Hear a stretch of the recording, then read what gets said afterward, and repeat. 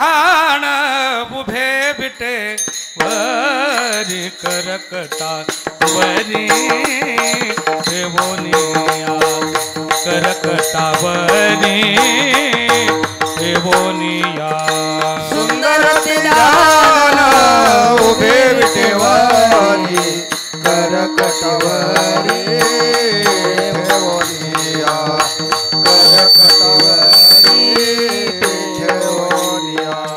तुलसी हार गळा काशे पितांबर तुलसी हार गळा कासे पितांबर तुलसी हार गळा काशे पितांबर आवडे निरंतर हेची ध्यान आवडे निरंतर हेची ध्यान तुळसी हार गळा कासे पितांबर आवडे निरंतर येती ध्यान आवडे निरंतर येती ध्यान हरी मकर कुंडले तळपती सभनी कंठी कौस्तुभमणी विरजित विरजित कंठी कौस्तुभमणी विरजित मकर कुंडले तळपती श्रवणी कंठी कौस्तुभमणी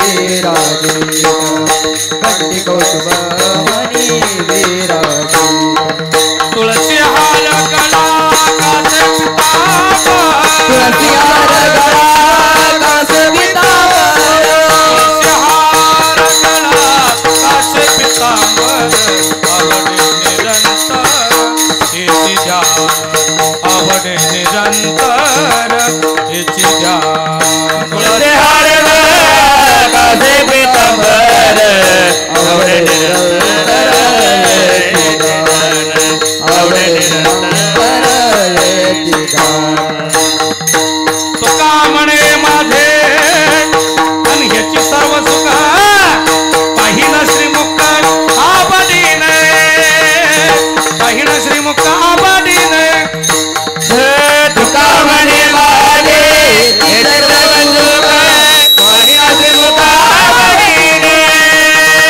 पाहिना श्रीमुख आवडीने तुळसी हार गळा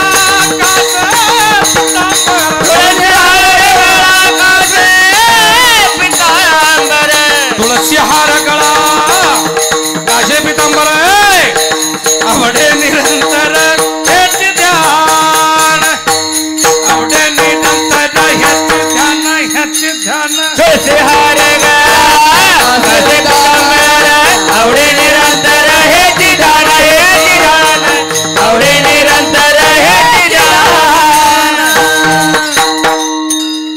हरे विठोबार कुमार कुमार हरिदार कुमार विठोबार कुमार धोबार कुमार हरे हरे विठोबार कुमार धोबार कुमार धोबार कुमार धोबार कुमार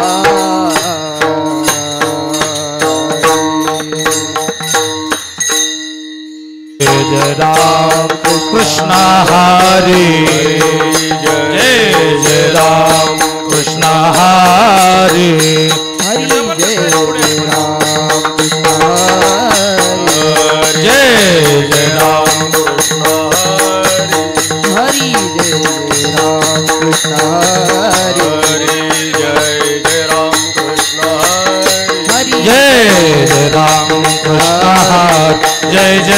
कृष्ण हरे हरि जय जय राम कृष्ण हरि जय जय राम कृष्ण हरि जय जय राम हरि हरि हरि जय जय राम हरि कृष्ण जय जय राम कृष्ण जय जय राम हरि कृष्ण जय जय राम जय जय राम कृष्ण हरे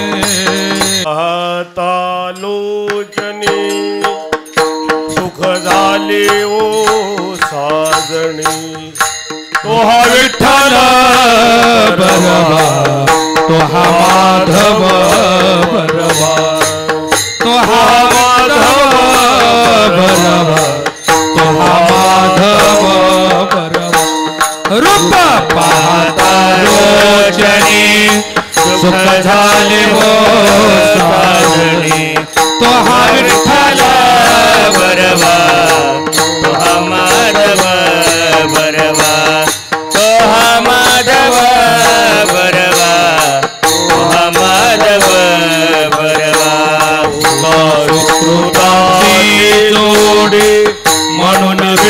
दे आवडी तो हा विठ्ठल बरवा तो हा माधव बरवा तो हा माधव बरवा तो हा माधव बरवा सुकृताची जोडी म्हणून विठ्ठली आवडे तो हा विठ्ठल बरवा तो हा माधव बरवा तो हा माधव बरवा तो हा माधव बरवा सर्व सुखाचे पापर घुमदे वर सर्व सुखाचे वापर कुमादेवीवर सर्व सुखाचे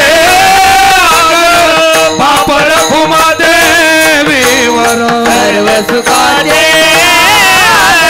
वापर कुमादेवीवर विठ्ठल बरवा तो हा माधव बरवा तो हा माधव तो हा माधव तो हा विठ्ठल बरवा तो हा माधव बरवा तो हा माधव बरवा जय राम कृष्ण जय राम कृष्ण जय राम कृष्ण हरे जय राम कृष्ण हरि जय राम कृष्ण हरे जय राम कृष्ण हरि जय राम कृष्ण आदि गावी गीत भावे गावे गीत भावे गावे गीत भावे गावे गीत शुद्ध करोनिया चित्त शुद्ध करोनिया शुद्ध करोनिया चित्त करोनिया चित्त शुद्ध करोनिया चित्त शुद्ध करोनिया चित्त तुझ भावा हे देवा तुझ भावा हे देव तुझ भावा हे देवा तुझ भावा हे देव दर्या सुलभ दर्या सुलभ पाव दर्या सुलभ पाव हरिहा सुलभ पाव दर्या सुलभ पाव अनेकांचे काने अनेकांचे काढे अनेकांचे कानी अनेकांचे काढे गुण दोष मना नाणी गुण दोष मना नाणी गुण दोष मनाने गुण दोष मनाने गुण गुण दोष मनाने गुण दोष मनाने मस्तक ठेंगणा मस्तक ठेंगणा मस्तक ठेंगणा मस्तक ठेंगणा करी संताच्या चरणात करी संताच्या चरणात करे संतांच्या चरणा करे संतांच्या चरणा करे संतांच्या चरणा करे संतांच्या चरणा वेची ते वचन वेची ते वचन वेची ते वचन वेची ते वचन समाधान जने राहे समाधान जने राहे समाधान जने राहे समाधान जने राहे समाधान जने राहे समाधान भावा आहे देव भावा हे देव भावा आहे देव भावा हे देव तरी हा सुलभ उपा तरी हा सुलभ उपा तर्या सुलभ पाव तर्या सुलभ पाव सुलभ पाव तर्या सुलभ पाव तुका म्हणे फार तुका म्हणे फार तुका म्हणे फार तुका म्हणे फार थोडा तरी परोपकार थोडा तरी परोपकार थोडा तरी परोपकार थोडा तरी परोपकार तरी परोपकार थोडा तरी परोपकार भावा हे देव भावा हे देव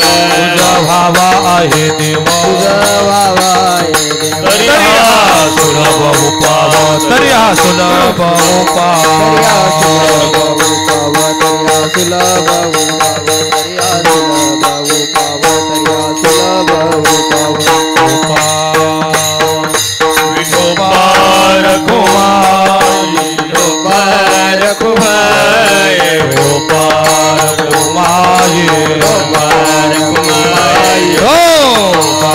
कुमारी गोपाल कुमारी गोपाल कुमारी गोपाल कुमारी गोपाल कुमारी गोपाल कुमारी गोपाल कुमारी रे ना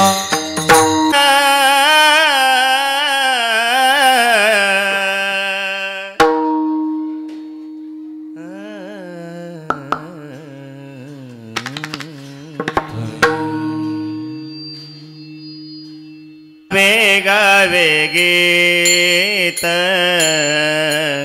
भावे गावे गीत भावे गावे गीत भावे गावे गीत भावे गावे गीत भावे गावे गीत भावे गावे गीत भावे गावे गीत भावे गावे गीत भावे गावे गीत भावे गावे गीत भावे गावे गीत भावे गावे गीत भावे गावे गीत भावे गावे गीत भावे गावे शुद्ध करणी अचेत शुद्ध करणी अचेत तुझ बाबा आहे देव तुझ बाबा आहे देव शुद्ध करो लिया चित्त आरो शुद्ध करो लिया रे तुझ भावा आहे देव ओ तुझ भावा आहे देव तरी हसला बाब पाव तरी हसुलभ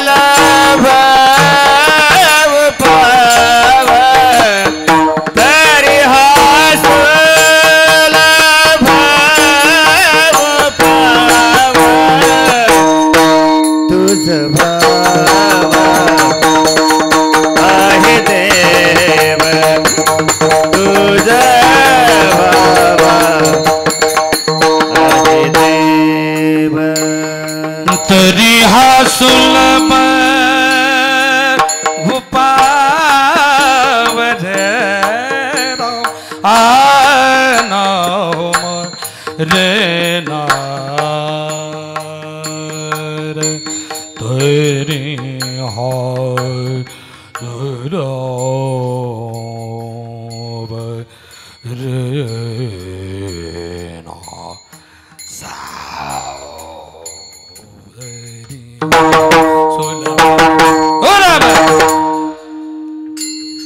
हरि तरी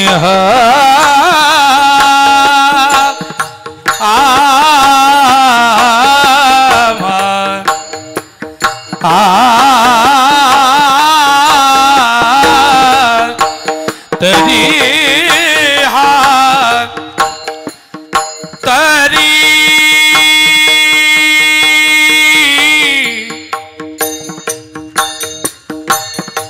तरी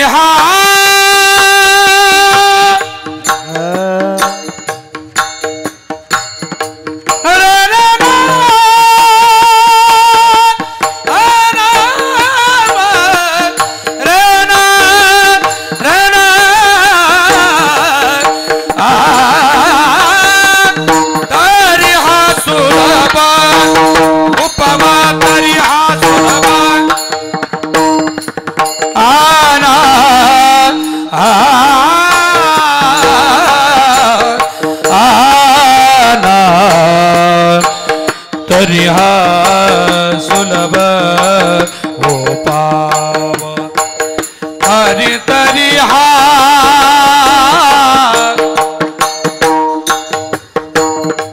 तरिहा सुलभ हो पाव तरिहा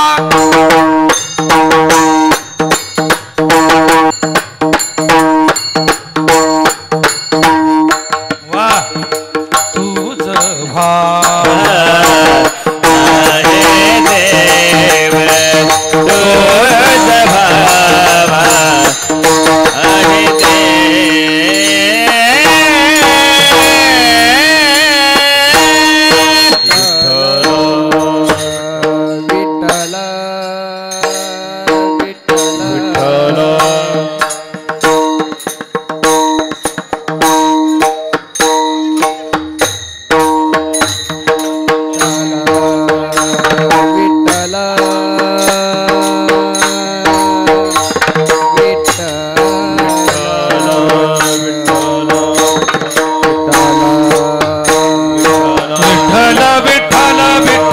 विठ्ठल विठ्ठल विठ्ठल विठ्ठल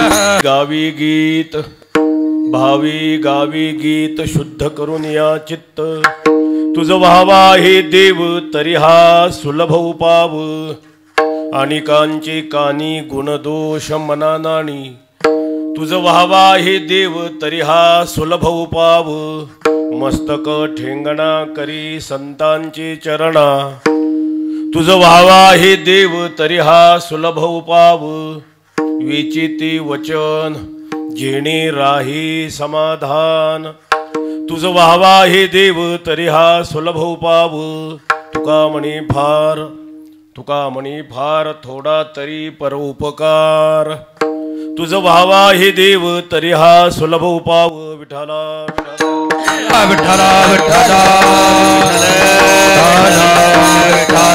विठ्ठला स्मरता निवृत्ती पावलो विश्रांती, संसाराची शांती झाली माझ्या, संसाराची शांती झाली हा स्मरता निवृत्ती पावलो विश्रांती, संसाराची शांती झाली माझ्या, संसाराची शांती झाली माझ्या.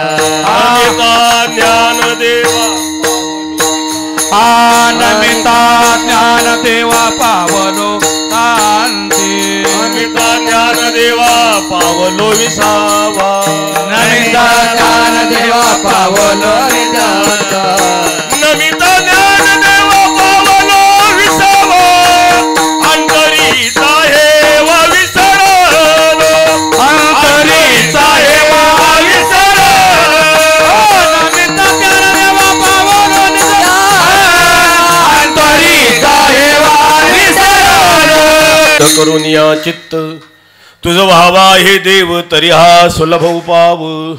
हा सेवेसाठी घेतलेला अभंग जगद्गुरु श्री तुकाराम महाराजांचा असून या अभंगामध्ये महाराजांनी आपल्याला देवप्राप्तीचे सुलभ सोपे उपाय काय ते अभंगात प्रतिपादन केले. विठाला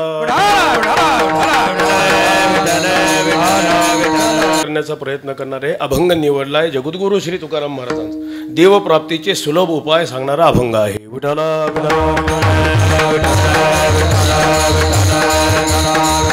देवप्राप्तीचे सुलभ सोपे उपाय कशासाठी देवाची प्राप्ती करायची, अडलंय आपलं काय त्याच्यापासून, देवाच्या प्राप्तीची गरजच काय आहे. अगदी थोडक्यामध्ये आपण बघा, सर्वांना इच्छा कशाची आहे की मला कायमचं सुख असावं वाटतं आणि दुःख काहीच नसावं. शास्त्रामध्ये ज्याला मोक्ष म्हणतात, नित्य निरतिशय सुखाची प्राप्ती आणि संसार दुःखाची आत्यंतिक निवृत्ती. आता हे शब्द जरी कळाले नाही, मला मोक्ष मिळावा, उद्धार व्हावा हे जरी शब्द कळाले नाही, देवाची प्राप्ती व्हावी, कृतार्थ व्हावं हे शब्द जरी कळाले नाही, प्रत्येकाला इच्छा कशाची आहे, कायमचं सुख असावं आणि कायमचं दुःख जावं. हेच खरं देवाचं स्वरूप आहे. मग याच्या प्राप्तीकरता आपण बघा आजन्म कष्ट कशासाठी करतोय, हा सप्ताह तरी कशासाठी आहे, फल काय आहे, सुख मिळावं, दुःखाची कायमची निवृत्ती व्हावी याच्याकरता आहे. लौकिक उपाय आपण सगळेजण करतोय, सर्वांचा अनुभव आहे. लौकिक उपायाने कोणाच्याही दुःखाची कायमची निवृत्ती झालेली नाही आणि नित्य निरतिशय सुख प्राप्त झालं नाही. इच्छा आहे सुख मिळायचे, म्हणजे घडलंय कसं आपण बघा, आपण असं सुखाच्या पाठीमागे धावतोय, दुःख आपल्या पाठीमागे लागले, असा तिघांचा पाठ शिवणीचा खेळ चालू आहे. सुख अजून मिळालं नाही, निश्चित कधी मिळेल सांगता येत नाही, पण मात्र दुःखाने पाठ आपली शिवलेली आहे, म्हणजे तो दुःख सोडायला तयार नाही. सर्वांच्या आयुष्याची हीच नोंद आहे. सर्व सुखाची आशा जन्म गेला,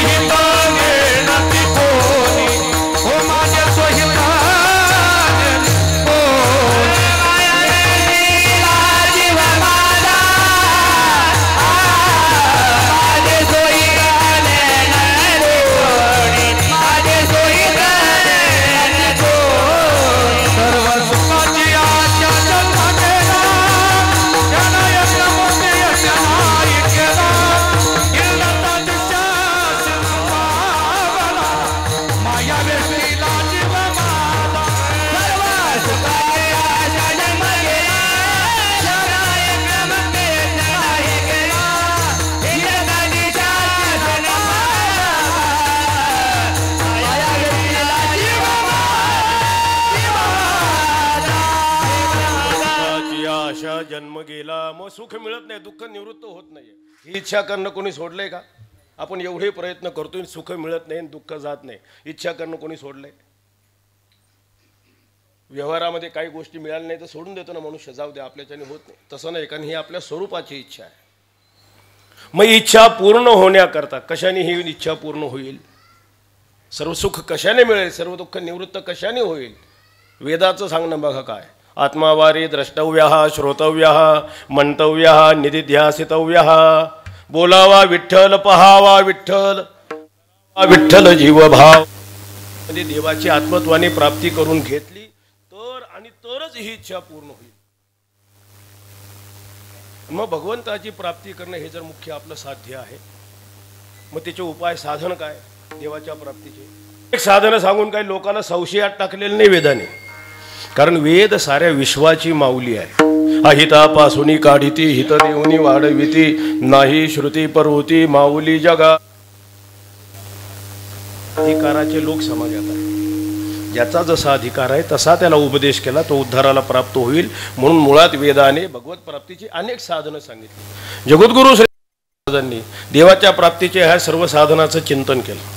चिंतन करून ह्या सर्व साधनामध्ये सर्वात सुलभ साधनं, निश्चित देवापर्यंत जाणारे, सर्वांना अनुष्ठान करण्यायोगी असे सर्व देवप्राप्तीच्या साधनांचं चिंतन केलं, त्याची यादी केली आणि या अभंगात सांगितली. विठ्ठला विठ्ठला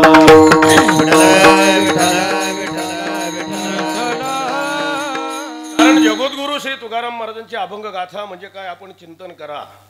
त्या गाथेचं वैभव काय आहे. नवे नवे नुसतं गाथा शब्दाचा जरी विचार केला ना आपण, ह्या संत वाङ्मयातील या अभंग ग्रंथाला काय म्हणतो? गाथा.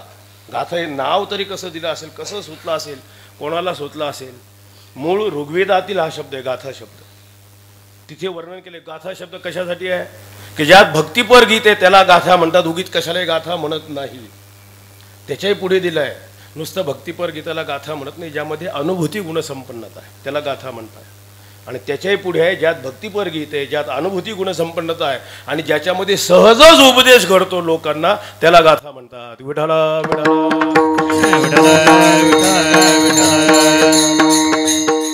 ही जी महाराजांनी निर्माण केली, म्हणजे गाथा म्हणजे नेमकं काय की त्यांच्या प्रातिभानुभूतीला जगदोद्धाराच्या वृत्तीने, करुणा वृत्तीने, दया वृत्तीने जी वाणी फुटली, जी अक्षरबद्ध झाली ती अभंग गाथा आहे. म्हणून या गाथेचं वैभव फार आहे. हे सामान्य शब्द नाही लक्षात घ्या. महाराजांच्या वाणीचं जरी नुसतं वैभव पाहू लागलो, महाराजांच्या वाणीमध्ये ज्याला योगिक अर्थ म्हणतात, शब्द मर्यादेने निघणारा अर्थ महाराजांच्या गाथेत बरोबर आहे. महाराजांच्या गाथेमध्ये समन्वयाचा विचार आहे. महाराजांची वाणी ही सूत्रवत आहे. सूत्रवत म्हणजे थोडक्या थोडक्या शब्दात बहुअर्थ संपन्न विचार सांगणं महाराजांच्या वाणीचं वैभव आहे. आम्ही रोज कीर्तन करतो 2 तास, शेवटी सांगतो काय?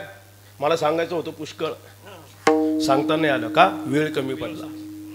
2 तास बोलूनही वेळ कमी पडावा हे आमच्या बुद्धीचं वैभव आहे. महाराजांची वाणी अशी नाही. अल्पाक्षरम असंदिग्धम सारवत विश्वतोमुखम. अल्पाक्षरामध्ये थोडक्या थोडक्या शब्दात संपूर्ण शास्त्रार्थाचं सार ज्याच्यामध्ये येईल आणि अर्थदृष्टीने विश्वाला व्यापून राहील असे अभंग निर्माण करणं महाराजांच्या वाणीचं वैभव आहे. जगद्गुरु श्री तुकाराम महाराजांची वाणी ही साक्षात वेदवाणी आहे. आणि वेदवाणी आहे याही शब्दाचा अर्थ असा आहे, वारकरी संप्रदाय वैदिक आहे. वेद विरुद्ध सांगणं संतांना मान्य नाही. वेदबाह्य लंड बोले जो पाखांड, त्याचे काळे तोंड संतांमध्ये. त्यामुळे वैदिक आहे. वेदा विरुद्ध सांगणं संतांना मान्य नाही, म्हणूनही महाराजांची वाणी वेदवाणी आहे. पण त्याच्यातला दुसरा महत्त्वाचा भाग मला सांगायचा आहे. महाराजांची वाणी वेदवाणी आहे या शब्दाचा अर्थ काय? या शब्दाचा अर्थ असा आहे, वेदालाच वाटलं जनसामान्यांपर्यंत जाऊन पोहोचावं, काही प्रसिद्धी आपल्याला मिळाली पाहिजे. महाराज अभंगगाथा लिहितायत, मग वेद आपण होऊन ज्यांच्या मुखातून बाहेर पडलाय म्हणून वेदवाणी आहे. विठ्ठला विठ्ठला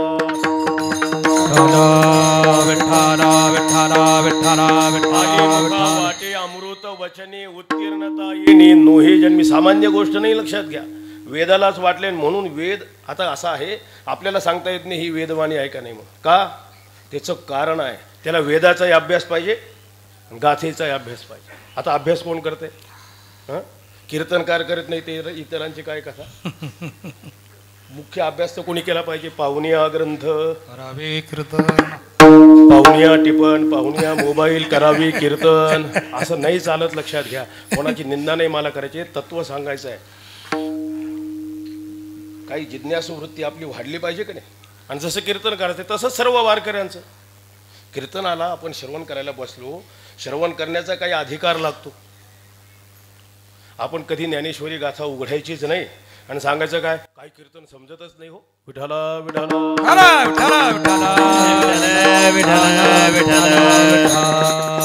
मी सांगतोय लक्षात घ्या. म्हणजे ही तळमळ आहे. लक्षात घ्या की महाराजांची वाणी त्याच्याकरता वेदाचा अभ्यास, गाथेचा अभ्यास. त्या काळामध्ये दशग्रंथी ब्राह्मण रामेश्वर भट्ट होते. लक्षात घ्या.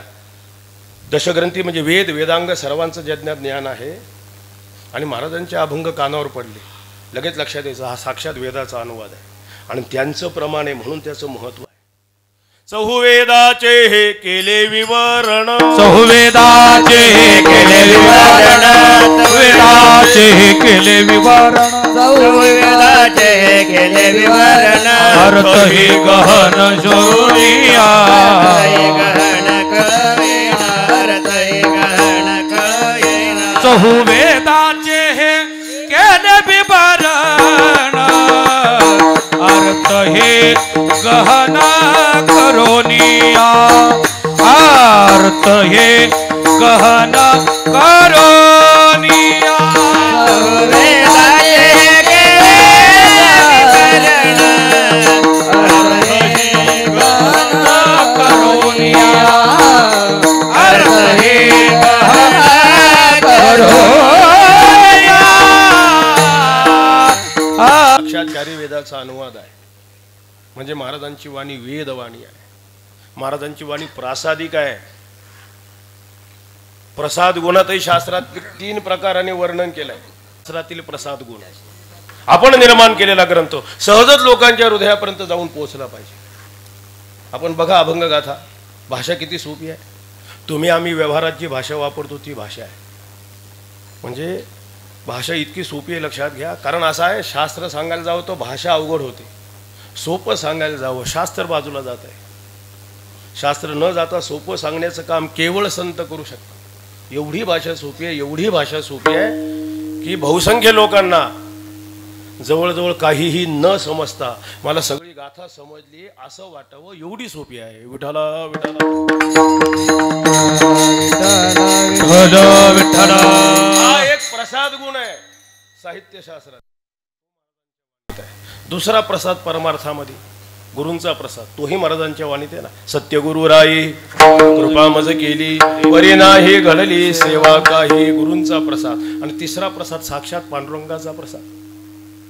तुका होनी निराळा, क्षरा अक्षरा वेगळा, पाहे निगम कळा, बोले विठ्ठल प्रसादे.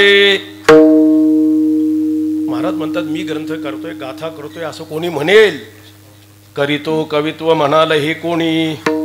नोहे माझे वाणी पदरीची, माझी ये युक्तीचा नोहे हा प्रकार. मग कोण आहे मज विश्वंभर बोलवितो. किती लहानपणा घेऊन महाराज म्हणतात कायमी पामर जाणे अर्थभेद, वदवे गोविंद तेची वदी, बोलविले बोले बोल धनी. म्हणजे साक्षात पांडुरंग माझा जो मला बोलवतो ना, पांडुरंगाचा प्रसाद, त्याच्या प्रसादाने ही वाणी संपन्न आहे. तुका म्हणे माझी कोणी वदविली वाणी, कोणी वदविली वाणी, कोणी वदविली वाणी. तुका म्हणे माझी कोणी वदविली वाणी, कोणी वदविली वाणी, कोणी वदविली वाणी.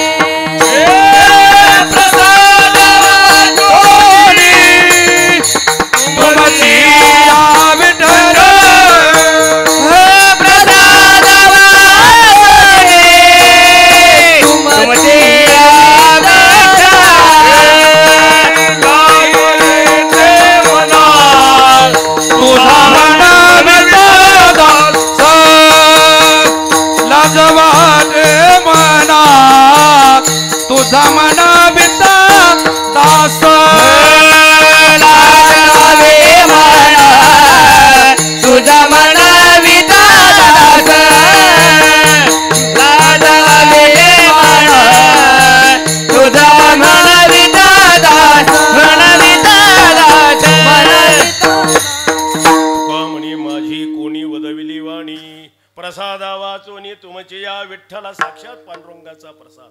म्हणजे संप्रदायामध्ये महत्वाचा गुण असा आहे अनुभूती गुण संपन्नता. किंबहुना ज्याला अनुभव आहे त्याला संत म्हणतात. लक्षात घ्या, अनुभूती गुण संपन्नता महाराजांच्या वाणीचं वैभव आहे. महाराजांचं प्रत्येक एक अक्षर अनुभूती रसात बुडून आपल्या पुढे मांडलंय. ऐसा प्रतिती रसाचा ओतला भाऊ विठ्ठल प्रत्येक अक्षरात ओतप्रोत व्याप्त आहे.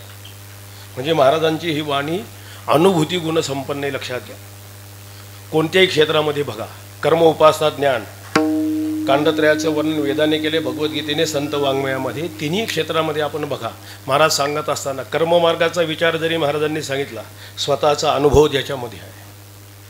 कर्म कसं करावं, विधिवत कसं करावं स्वतःच्या अनुभवाने सांगतात. उपासनेमध्ये भक्तीमध्ये स्वतःच्या अनुभवाने. इतकंच नाही, तत्वज्ञान क्षेत्रातही उपदेश करत असताना तत्वज्ञानातली ही जी शेवटची अवस्था आहे ना, काय वृत्ती झाली पाहिजे, अहम ब्रह्मास्मी ही जी वृत्ती आहे ना, ही वृत्ती सुद्धा निवृत्त झाली पाहिजे. ही पुढची अवस्था आहे. अगोदर हे ज्ञान झालं पाहिजे. अज्ञान निवृत्त होण्याकरता मी देह आहे हे जाण्याकरता काय पाहिजे वृत्ती, मी ब्रह्म आहे. पण त्याच्या पुढची अवस्था आहे मी ब्रह्म म्हणत राहणं सुद्धा काय भ्रमच आहे. का बरं भ्रम आहे, तू ब्रह्म आहे बाकीचे काय भूत आहे का. मग सर्वम खल्वेदम ब्रह्म म्हणजे ही पुढची अवस्था. मग ही पुढची अवस्था निर्माण होण्यासाठी तिथे लक्षात घ्या, मी ब्रह्म आहे अशी जाणीव जरी शिल्लक राहू नये, वृत्ती निवृत्त झाली पाहिजे. जाणीव जरी राहिली तरी तोही एक जाणीवेचा उपाधी हे महाराज सांगतात ना. किती बारकाव आहे. जाणीवेचा उपाधी संबंध सोपा आहे. नाही त्या विटाळ अखंड होळे, नाही त्या विटाळ अखंड हे नाही त्या विटाळ अखंड नाही त्या विटाळ अखंड उपाधी वेगळे जाणे वेचा उपाधी वेगळे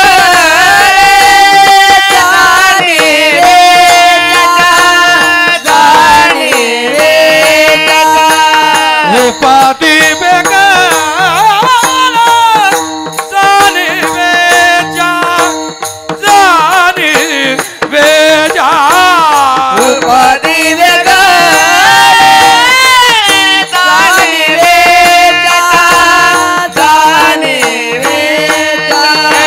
नाही त्या विटाळ अखंड सोबळे, नाही त्या विटाळ अखंड सोबळे, नाही त्या विटाळ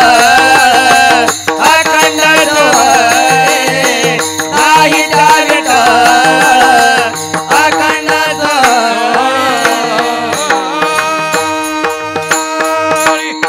वेगळी जाणीवेचा ही उपाधी काय आहे. आता तो स्वतंत्र भाग आहे, तो मी सांगत नाही. मला काय सांगायचं आहे, कोणत्याही क्षेत्रात महाराजांचा अनुभव आहे. अनुभवपूर्वक महाराज कोणत्याही क्षेत्रात तुम्ही बघा, पैसा कमवायचा आहे, व्यवहारात लागतो का नाही.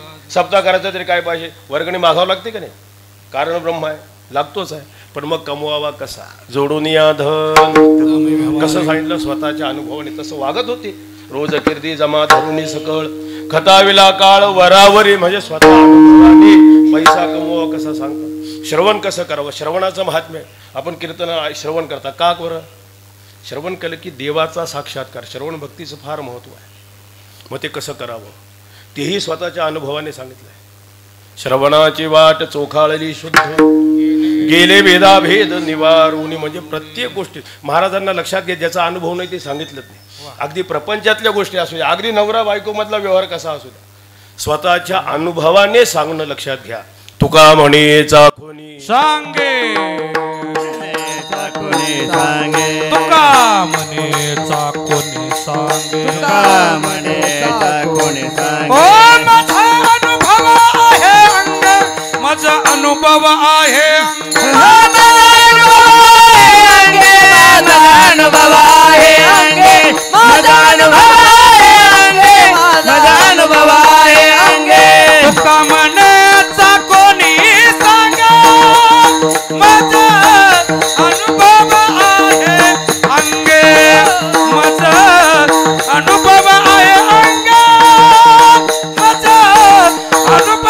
आहे अंगे तुका म्हणे कोणी सांगे मला अनुभव आहे अंगे मला अनुभव आहे अंगे माझा अनुभव आहे अंगे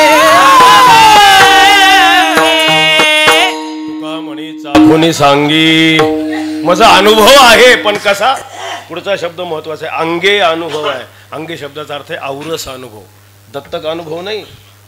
दत्तक अनुभव आमचा कीर्तनकाराचा असतो. कीर्तनामध्ये एखादा विषय सांगितला, एखादा मनुष्य कीर्तन झाल्यावर येतो, महाराज हा विषय तुम्ही कीर्तनात सांगितला, याच्याविषयी तुमचा अनुभव काय? मग त्याला विचारतो, मी कीर्तन ऐकत होता ना, मग कीर्तनात मी काय म्हणत होतो? मी म्हणे म्हणत होतो का तुका म्हणे म्हणत होतो? मग तुका म्हणे म्हणत होता. बरोबर आहे, हा जगद्गुरु श्री तुकाराम महाराजांचा अनुभव, माझा नाही. मग तुम्ही काय सांगितला? औरस अनुभव मला नाही, त्यांचा दत्तक घेऊन सांगितला. महाराज म्हणतात दत्तक अनुभव मला नाही. अंगी अनुभवी आली अंगा ते या जगात येत. का बरं मी सांगतो? आता या अभंगात काय सांगितलं? विषय काय अभंगाचा? देव प्राप्तीचे सुलभ सोपे उपाय सांगताय. अनुभवाचा काय संबंध आहे? लक्षात घ्या, अनुभव परत बोलणं नाही ना महाराजांचं. देवप्राप्तीचे उपाय सांगतायत, पण त्याच्यातही स्वतःचा अनुभव आहे, अनुभवाने बोलतायत. महाराजांनी असं सांगितलं नाही तुम्ही हे उपाय करून बघा, झाली तर देवाची प्राप्ती होईल, नाही तर होणार नाही. मग त्याच्यापेक्षा न सांगितलेलं बरं आहे. संतांचं सांगणं म्हणजे कोण्या मंत्र्याची घोषणा नाही आहे. आगळ पगळ उथळ निव्वळ पोकळ संत सांगत नसतात. अनुभव परक बोलणं असतं, आणि जे अनुभव परक बोलणं असतं ना ते निश्चयात्मक असतं. लक्षात घ्या, अनुभव परक बोलण्यामध्ये काय असतो? निश्चय. आणि निश्चयाचं बोलणं ही फलीभूतता आहे. निश्चयाचे बळ तुका म्हणे त्याची बळ तुका म्हणे त्याची बळ निश्चयाचे बळ तुका म्हणे त्याची बळ निश्चयाचे बळ तुका म्हणे बळ तुका म्हणे त्याची फळ निश्चयाचे बळ तुका म्हणे त्याची गळ निश्चयाचे बळ तुका म्हणे त्याचे फळ तुका म्हणे त्याची फळ तुका म्हणे त्याचे फळ हो निश्चयाचे बळ तुका म्हणे त्याची फळ तुका म्हणे त्याची फळ निश्चयाचे बळ तुका म्हणे त्याची फळ तुका म्हणे त्याचे फळ निश्चयाचे बळ तुका म्हणे त्याचे फळ. तीच फलीभूतता आहे निश्चय असणं. निश्चयाने देवप्राप्तीचे उपाय सांगता. आपण बघा, आता आपण श्रवण करणारी मंडळी आहात, कीर्तन प्रवचन आपण ऐकता. ज्याचं कीर्तन प्रवचन ऐकता, श्रवण करणाऱ्या माणसाला बरोबर लक्षात असतं. जो श्रोता असतो ना त्याच्या लक्षात येतं की हा वक्ता बोलतोय कसा बोलतोय, निश्चयात बोलतोय, संदेहात संशयात बोलतोय, हा बोलतो कसा हे ऐकणाऱ्याला बरोबर कळत असतं. आणि त्याच्याही पुढे सांगू, जवळच्याला तर फार कळतं. लक्षात घ्या, जो जवळ असतो ना, जवळ आहे म्हणून आणि जवळचा म्हणून त्याला जास्त कळतं. तुम्हाला अनुभव सांगतो. कीर्तनाच्या निमित्ताने जात असा कुठे गावात गेलं, ह्या माता माऊली येतात. आता महाराज आले, मग काय करतात? महाराजाला औक्षण करायचं, ओवाळणी करायची. त्या माता माऊलीला मी सांगतो, मला ओवाळू नका, औक्षण करू नका. का? तुम्ही औक्षण का करता? कीर्तन ऐकता, प्रवचन ऐकता, त्या शब्दाचा प्रभाव, तो प्रभाव पाहून काय करता? ओवाळणी करता. तुम्हाला जर मला ओवाळायचं असेल, माझ्या घरी येऊन राहा 4 दिवस. घरी माझी कशी ओवाळणी होते ते पहा, आणि मग ठरवा याला ओवाळायचं की नाही. असं का होतं मग? कारण तुम्हाला फक्त काय माहिती आहे का? शब्दाचा प्रभावच माहिती आहे, माझा स्वभाव माहीत नाही. आणि घरच्या माणसाला माझा स्वभाव माहिती आहे. आणि त्याच्या पुढचं सांगू, स्वभाव जाणून जर ओवाळणी झाली ना, मग ती खरी ओवाळणी आहे. विठाला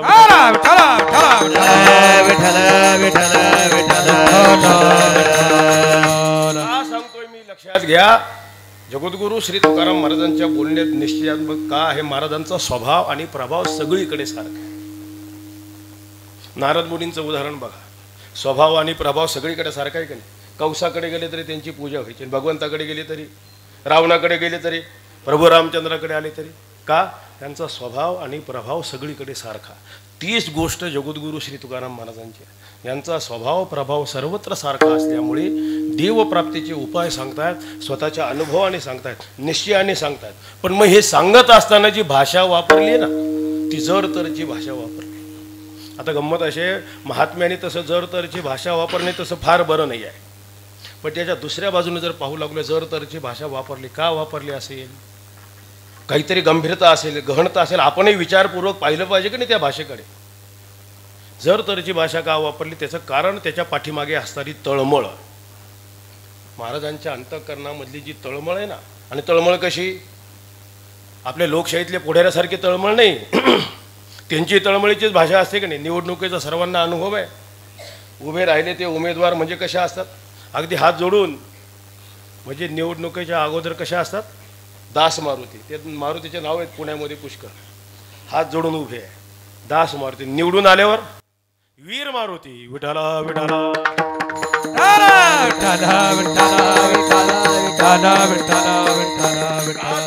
त्यांची पण भाषा अशीच असते. जसं संत भाषा, काय भाषा बोलता, हे बा अगोदर निवडलेलं काय आले, हात जोडून उभे राहतात, आम्ही तुमच्या उद्धारासाठी आहे, तळागाळातल्या माणसासाठी. भाषा हीच वापरतं की नाही जे संत वापरतात. घडतं काय, पण तळातल्या माणसाला आणखीन गाळात ढकलतात. विठाला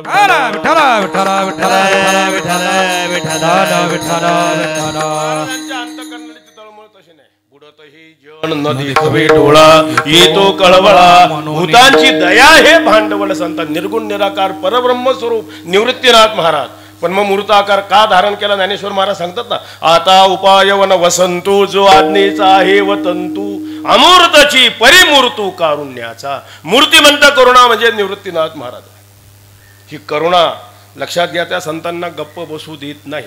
बरं, ही करुणा कोणाविषयी आहे? पुन्हा अंतःकरणातली दया आहे ना. आपण लक्षात घ्या, एक तत्व मी तुम्हाला सांगतो.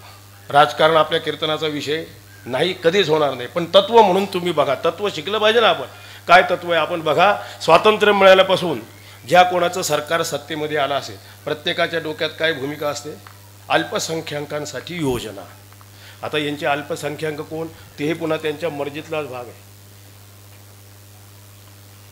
पण अल्पसंख्याक आपण, मी का सांगतोय, संतांनी जो विचार केला ना, संतांच्या डोक्यात काय, बहुसंख्य लोकांचा उद्धार झाला पाहिजे. संतांची वृत्ती आपण बघा कशी आहे, बहुसंख्य लोकांचा उद्धार.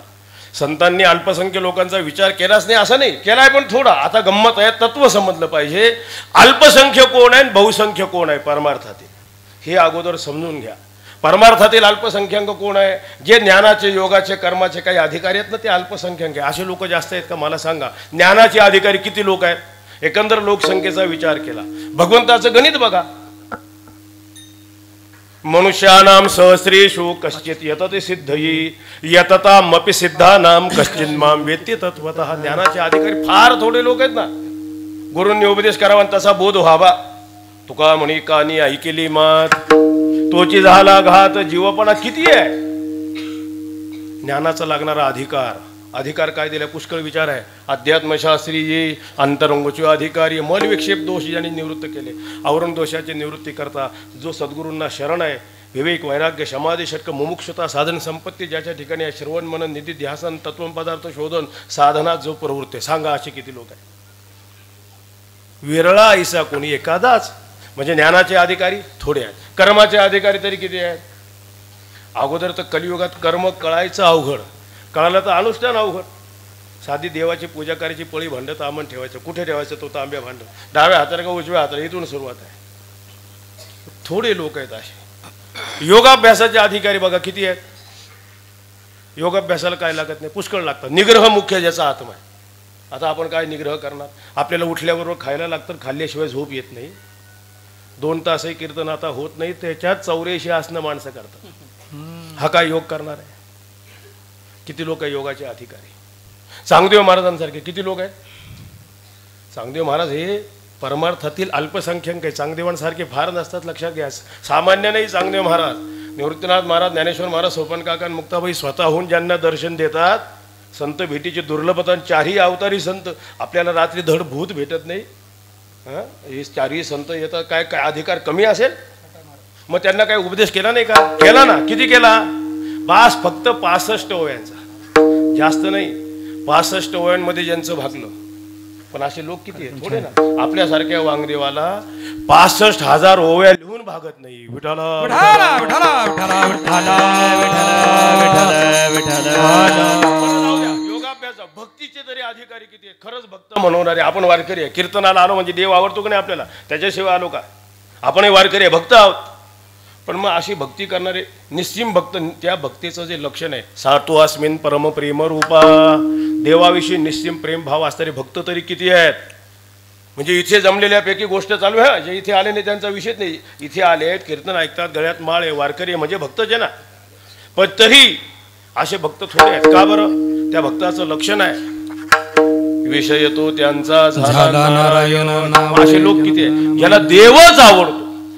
सातू अस्मिन परम प्रेम. आपल्याला देव आवडत नाही का? मग भक्तांनाच आवडतो ना, आपल्याला आवडत नाही. इथे आलो म्हणजे आवडतोच ना. पण दोघांमधला फरक असा आहे, त्यांना फक्त देवच आवडतो आणि आपल्याला देवही आवडतो आणि बाकीचा पसारही आवडतो. विठाला विठाला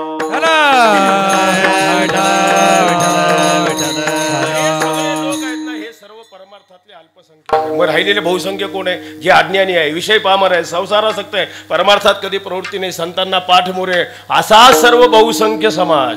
आणि या बहुसंख्य लोकांचा तर उद्धार झाला पाहिजे.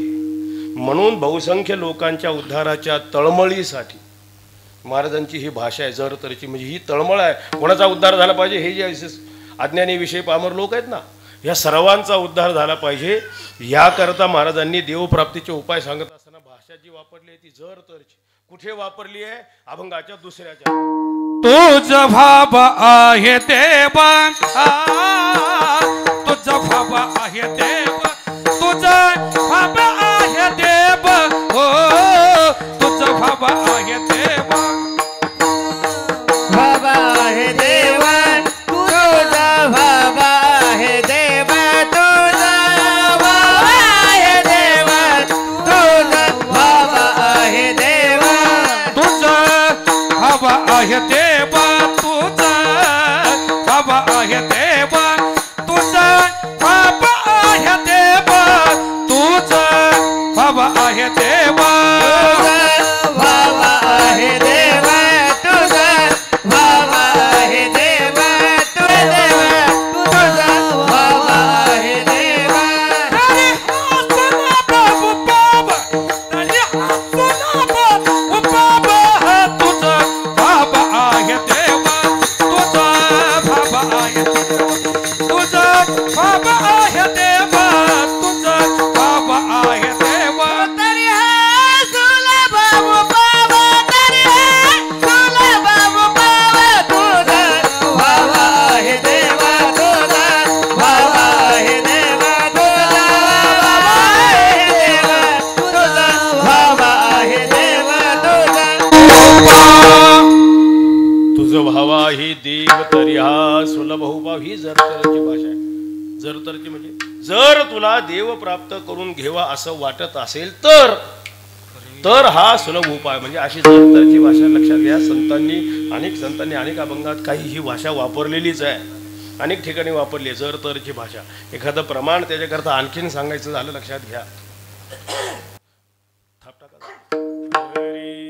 सुखा लागी जरी करसी तळमळ, सुखा लागी जरी करसी तळमळ, सुखा लागी जरी करसी तळमळ, सुखा लागे जरी करसी तळमळ, तरी तू पंढरीचे जाय एक वेळ, तरी तू पंढरीची जाय एक वेळ, तरी ते अवघाची स्वरूप होसी, जन्मोजन्मेचे दुःख विसरते, मग तू अवघाचे सुख रूप होते, जन्म जन्मेचे दुःख विसरते.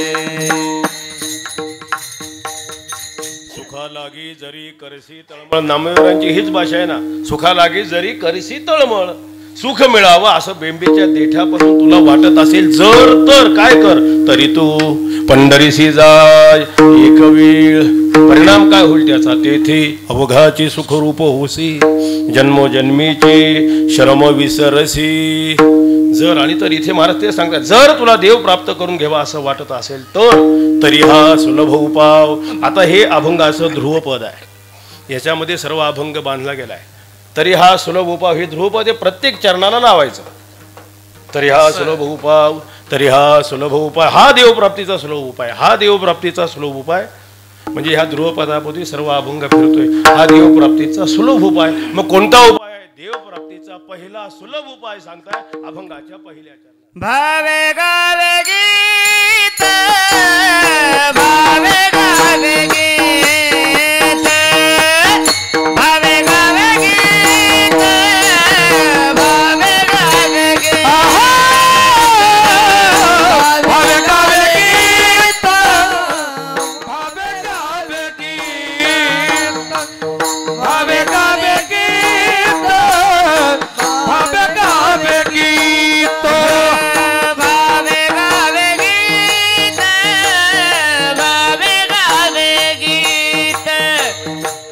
भावे गावे गीत भावे गावे गीत भावे गावे गीत भावे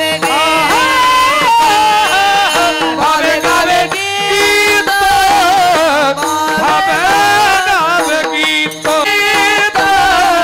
भावे गावे गीत शुद्ध करणे याची शुद्ध करणे याचे शुद्ध करणे याचे शुद्ध करणे याचे हो शुद्ध करणे याचे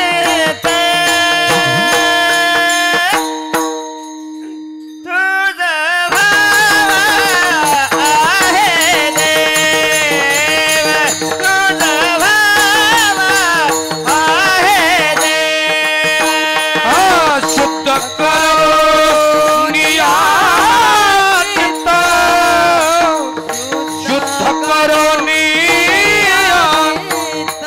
ओ शुद्ध करून याचित तुझा भाव आहे देवा तुझा भाव आहे देवा.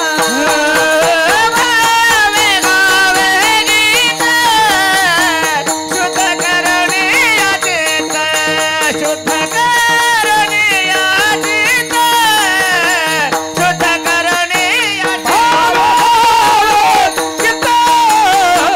शुद्ध करून याचित ओ शुद्ध करून याचित तुझा भाव आहे देवा देवा.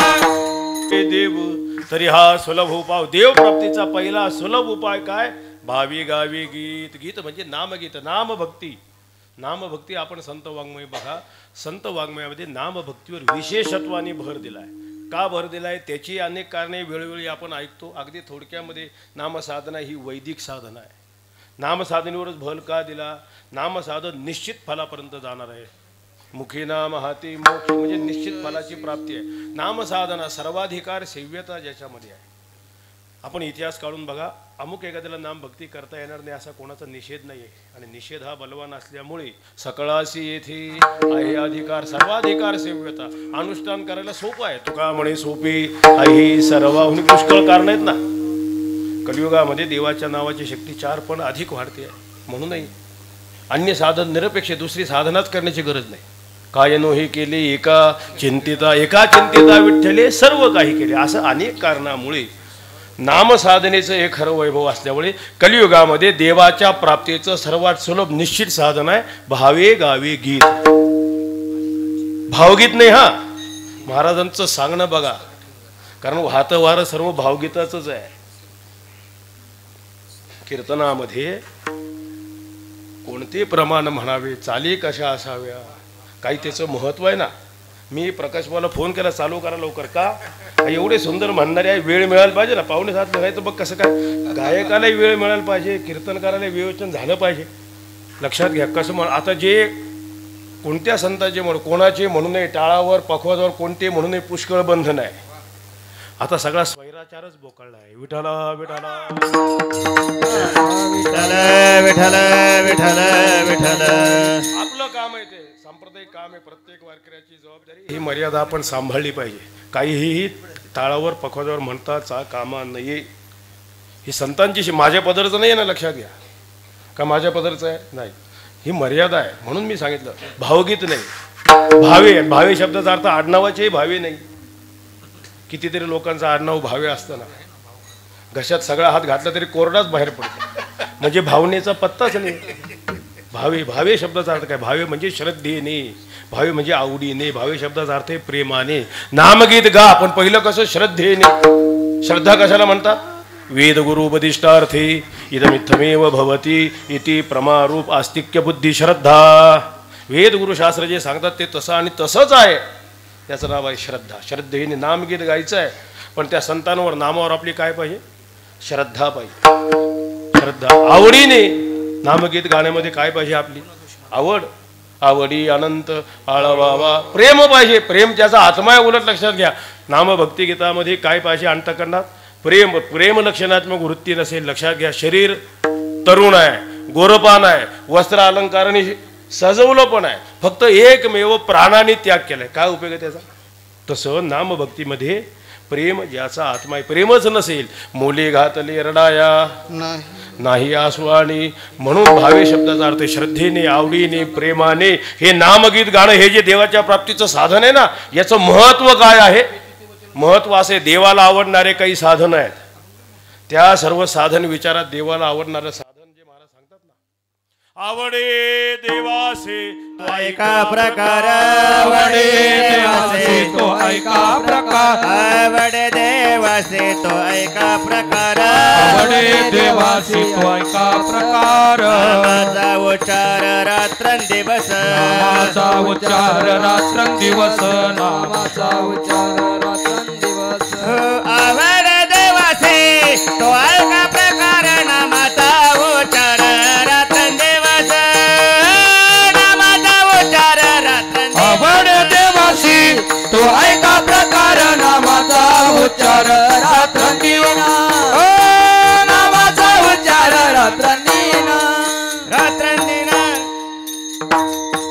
आवडे देवासी तो ऐका प्रकार देवाला आवडणारे साधन त्याची यादी नाथ महाराज सांगतात ना पहिलं काय आवडतं देवाला नामाचा उच्चार रात्रंदिवस बरं ही जी नाम साधन आहे ही प्रत्यक्ष अनुष्ठानाची साधन आहे आजही विज्ञानाच्या प्रगत काळात याचं महत्व टिकून आहे का टिकून आहे आम्ही सांगतो तुम्ही नाम घ्या याला अर्थ नाही बाप दाखव नाही तर श्राद्ध कर प्रत्यक्ष अनुष्ठान आपण बघा आपल्या संप्रदायामध्ये कितीतरी वारकरी ताला स्वरात भजन करतात काय अडचण आहे अडचण काही नाही अडचण अशी आहे रोज नियमाने हरिपाठच म्हणत नाही समजा ब्राह्मण आहे वेदाचं ज्ञान आहे याज्ञिकेचं ज्ञान आहे पण रोज संध्याच करीत नाही संध्या येते म्हणून पुण्य नाही निर्माण होत हरिपाठ पाठ आहे म्हणून पुण्य लागेल का रोज म्हणावं लागतं व्रत आहे म्हणून याचं अनुष्ठान कसं करावं अनुष्ठानाचा विषय पहिल्यांदा उच्चारण नामभक्तीमध्ये पहिल्यांदा देवाने वैखरी वाणी दिले वैखरी वाणीने नामाचं उच्चारण पहिली भक्ती सुरुवात नामाचं उच्चार त्याची फलश्रुती पुष्कळ आहे हरी हरी हरी मंत्रा शिवाचा म्हणती जी वाचा जाणीव नेनीव भगवंती नाही उच्चारणी पाही मोक्ष सदा हरी उच्चारणी अनंत पापराशी हरिमुखे म्हणा उच्चाराचंच फक्त महत्व बघा म्हणजे नुसतं उच्चारण केलं काय फलश्रुती आहे उच्चारण केले पापाची निवृत्ती होते उच्चारण केलं ज्यात पुण्य निर्माण होतो अगोदर दोषापनय गुणाधान नाम भक्तीतलं पुण्य असे साक्षात देवापर्यंत जाऊन पोहोचण्याकरता ज्याची सर्वांची गरज आहे त्याची सर्व जुळवाजुळव करून देते अवघ्या दशा येण्याची साधती मुख्य उपासना सगुण भक्ती प्रगटे हृदयीची मूर्ती भावशुद्धी जाणून अगोदर उच्चारण त्याच्या पुढची अवस्था मग स्मरण मानस जप आता वैखरी वाणीने नाम जप नाही करायचा पुढे सरकल्यावर ज्ञानदेवा मौन जपमाळा अंतरी धरोनी श्रीहरी म्हणजे काय म्हणतात त्याला मानस जप नामाचं स्मरण आणि तिसरं आहे कीर्तन कीर्तनाचंही महात्म्य किती आहे संतांनी या साधनावर एवढा भर देण्याचं कारण काय? कीर्तनाचा अंग कीर्तनाचा अंग होय अंग हरिरूप ब्रह्मीभूत काया होतसे कीर्तनी भाग्य तरे ऋणी ब्रह्म. हे साधन आहे, लक्षात घ्या, महत्वाचं आहे. कीर्तनाच्या द्वारा काय दिलं जाते? ज्याचं नाम घेतो त्याचं स्वरूप समजण्याकरता ना. मग महाराज काय म्हणतात? नाचू कीर्तनाचे काय करू? करमणूक करून दाऊ जगी ज्ञानदीप लावू जगी. कीर्तनाचं हे महत्व आहे. कीर्तन संस्थेचं फार महत्व आहे. कीर्तनाचं अवमूलन होता कामा नये, कारण याची फलश्रुती फार आहे. कीर्तनाचं महात्म्य आघात आहे, पण ज्याच्यामध्ये फायदा जास्त असतो ना, उद्या नुकसान झालं तर नुकसानही तेवढे लक्षात घ्या. नरकाला जायचं असेल कीर्तनाचा दुरुपयोग करा, डबल फास्ट गाडी नरकाला जायची. विठाला विठाला विठ्ठला विठ्ठला विठ्ठला. कीर्तन सकळ धर्माचे कारण नामस्मरण हरी कीर्तन दया क्षमा समाधान संतजन साधिती. वारकऱ्याचा हा कसा आहे? स्वधर्म आहे, लक्षात घ्या. नामाचं उच्चारण स्मरण आणि हरी कीर्तन. बरं, हे साधन सांगितलं नामभक्तीचं, देवप्राप्तीचा हा निश्चित सुलभ उपाय हे सांगितलं. पण कसं सांगितलं? पुन्हा स्वतःच्या अनुभवानेच ना. त्याला महत्व आहे ना. या नामाला महाराज सांगतात म्हणून महत्व आहे. आम्ही कीर्तनकार सांगतो, लोकांवर परिणाम होतो का? आम्हीच कधी नाव घेत नाही तर लोकांवर काय परिणाम होणार आहे? हां, तुम्ही बघा ना, पूर्वीच्या काळी कीर्तनकार जास्त होते का आत्ता आहे? हा, मग बिघडलेल्या लोकांची संख्या तेव्हा जास्त होती का आत्ता आहे? विठाला विठाला विठ्ठला विठ्ठला विठ्ठला विठ्ठला हरी विठ्ठला. का बरं परिवर्तन होत नाही? स्वतः अनुष्ठान करून उपदेश करावा लागतो. नामाची साधना सांगितली तुकाराम महाराजांनी, पण स्वतःच्या अनुभवाने आम्ही नामाचे धारक ज्ञानो प्रकार अनेक सर्व भावे एक विठ्ठलाची प्रमाण आम्ही नामाचे धारक प्रकार अनेक हे सर्व भावे एक प्रमाण. आम्ही नामाचे धारक स्वतःच्या अनुभवाने. बरं, या वारकरी साधनेचं महत्व सामान्य नाही आहे. आपल्याला ही संतांनी घालून दिलेली वाट, आपली ही जी साधन आहे ना, पायीवारीची आपली साधना, निवृत्तीनाथांचा पालखी सोहळा, त्र्यंबकून पंढरपूरला जातो, भजन करीत आपण जातो, ही साधना सामान्य नाही. या साधनेचं वैभव लक्षात घ्या. योगी पुरुष रात्रंदिवस अष्टांग योगादी साधना करतात. कशासाठी योग आहे? समाधी अवस्था प्राप्त करून घेण्याकरता. आता योगी पुरुषाला योगाभ्यासाने जी समाधी प्राप्त होते, ती वारकऱ्याला वारी करत असताना पायी चालत भजन करीत जर गेलो ना, ती समाधी प्राप्त होते. लुबधली नादी लागली समाधी नादे लागली समाधी मोठ जन नादी लागली समाधी लागली नादे लागली समाधी. मूढ जन नर नारी लोकारे मूढ जन नर नारी लोकारे मूढ जन नर नारी लोकारे मूढ जन नर नारी लोकारे. पंडित ज्ञानी योगी महानुभाव पंडित ज्ञानी योगी महानुभव पंडित ज्ञानी योगी महानुभाव पंडित ज्ञानी योगी महानुभव. गती सिद्ध साधकारे एकचित्त लागतारे एकची सिद्ध साधकारे एकचित्त लागतारे नचत गाऊन गौरी पवित्र गाना मावळी. हे नचत गाऊन कल्लोळी पवित्र गाना मावळी.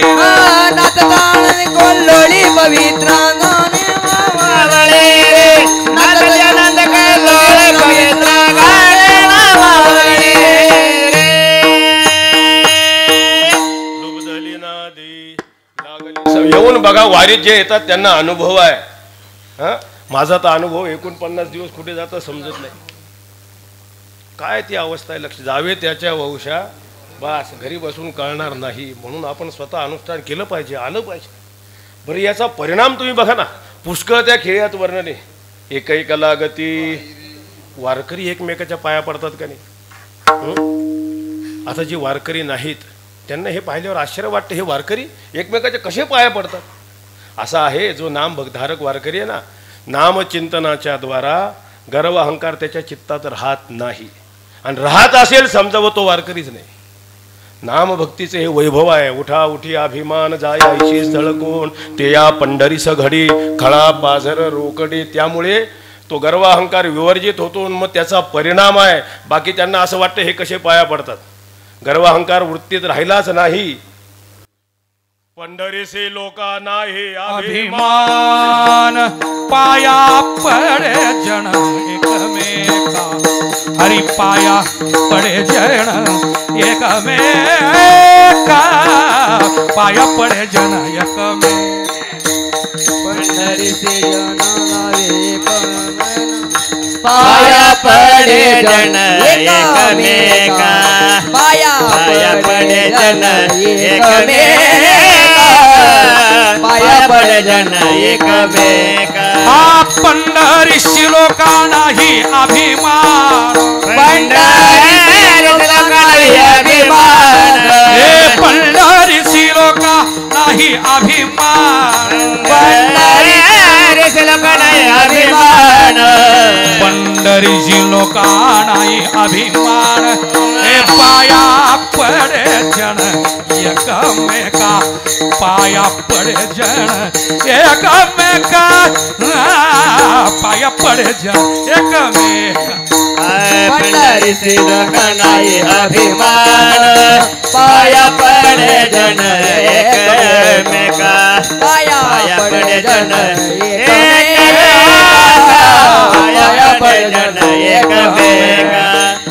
नाही अभिमान पाया पडी जन. आणि हे पाहून महाराजांना अतिशय आनंद झाला. महाराज म्हणतात माझं स्वप्न खरं ठरलं. स्वप्नाची परी तुकली साचाच. माझं स्वप्न असं आहे अरे सर्व वारकऱ्यांनी सर्व जीवानी सर्वत्र ब्रह्मभावाला पाहणारं व्हावं.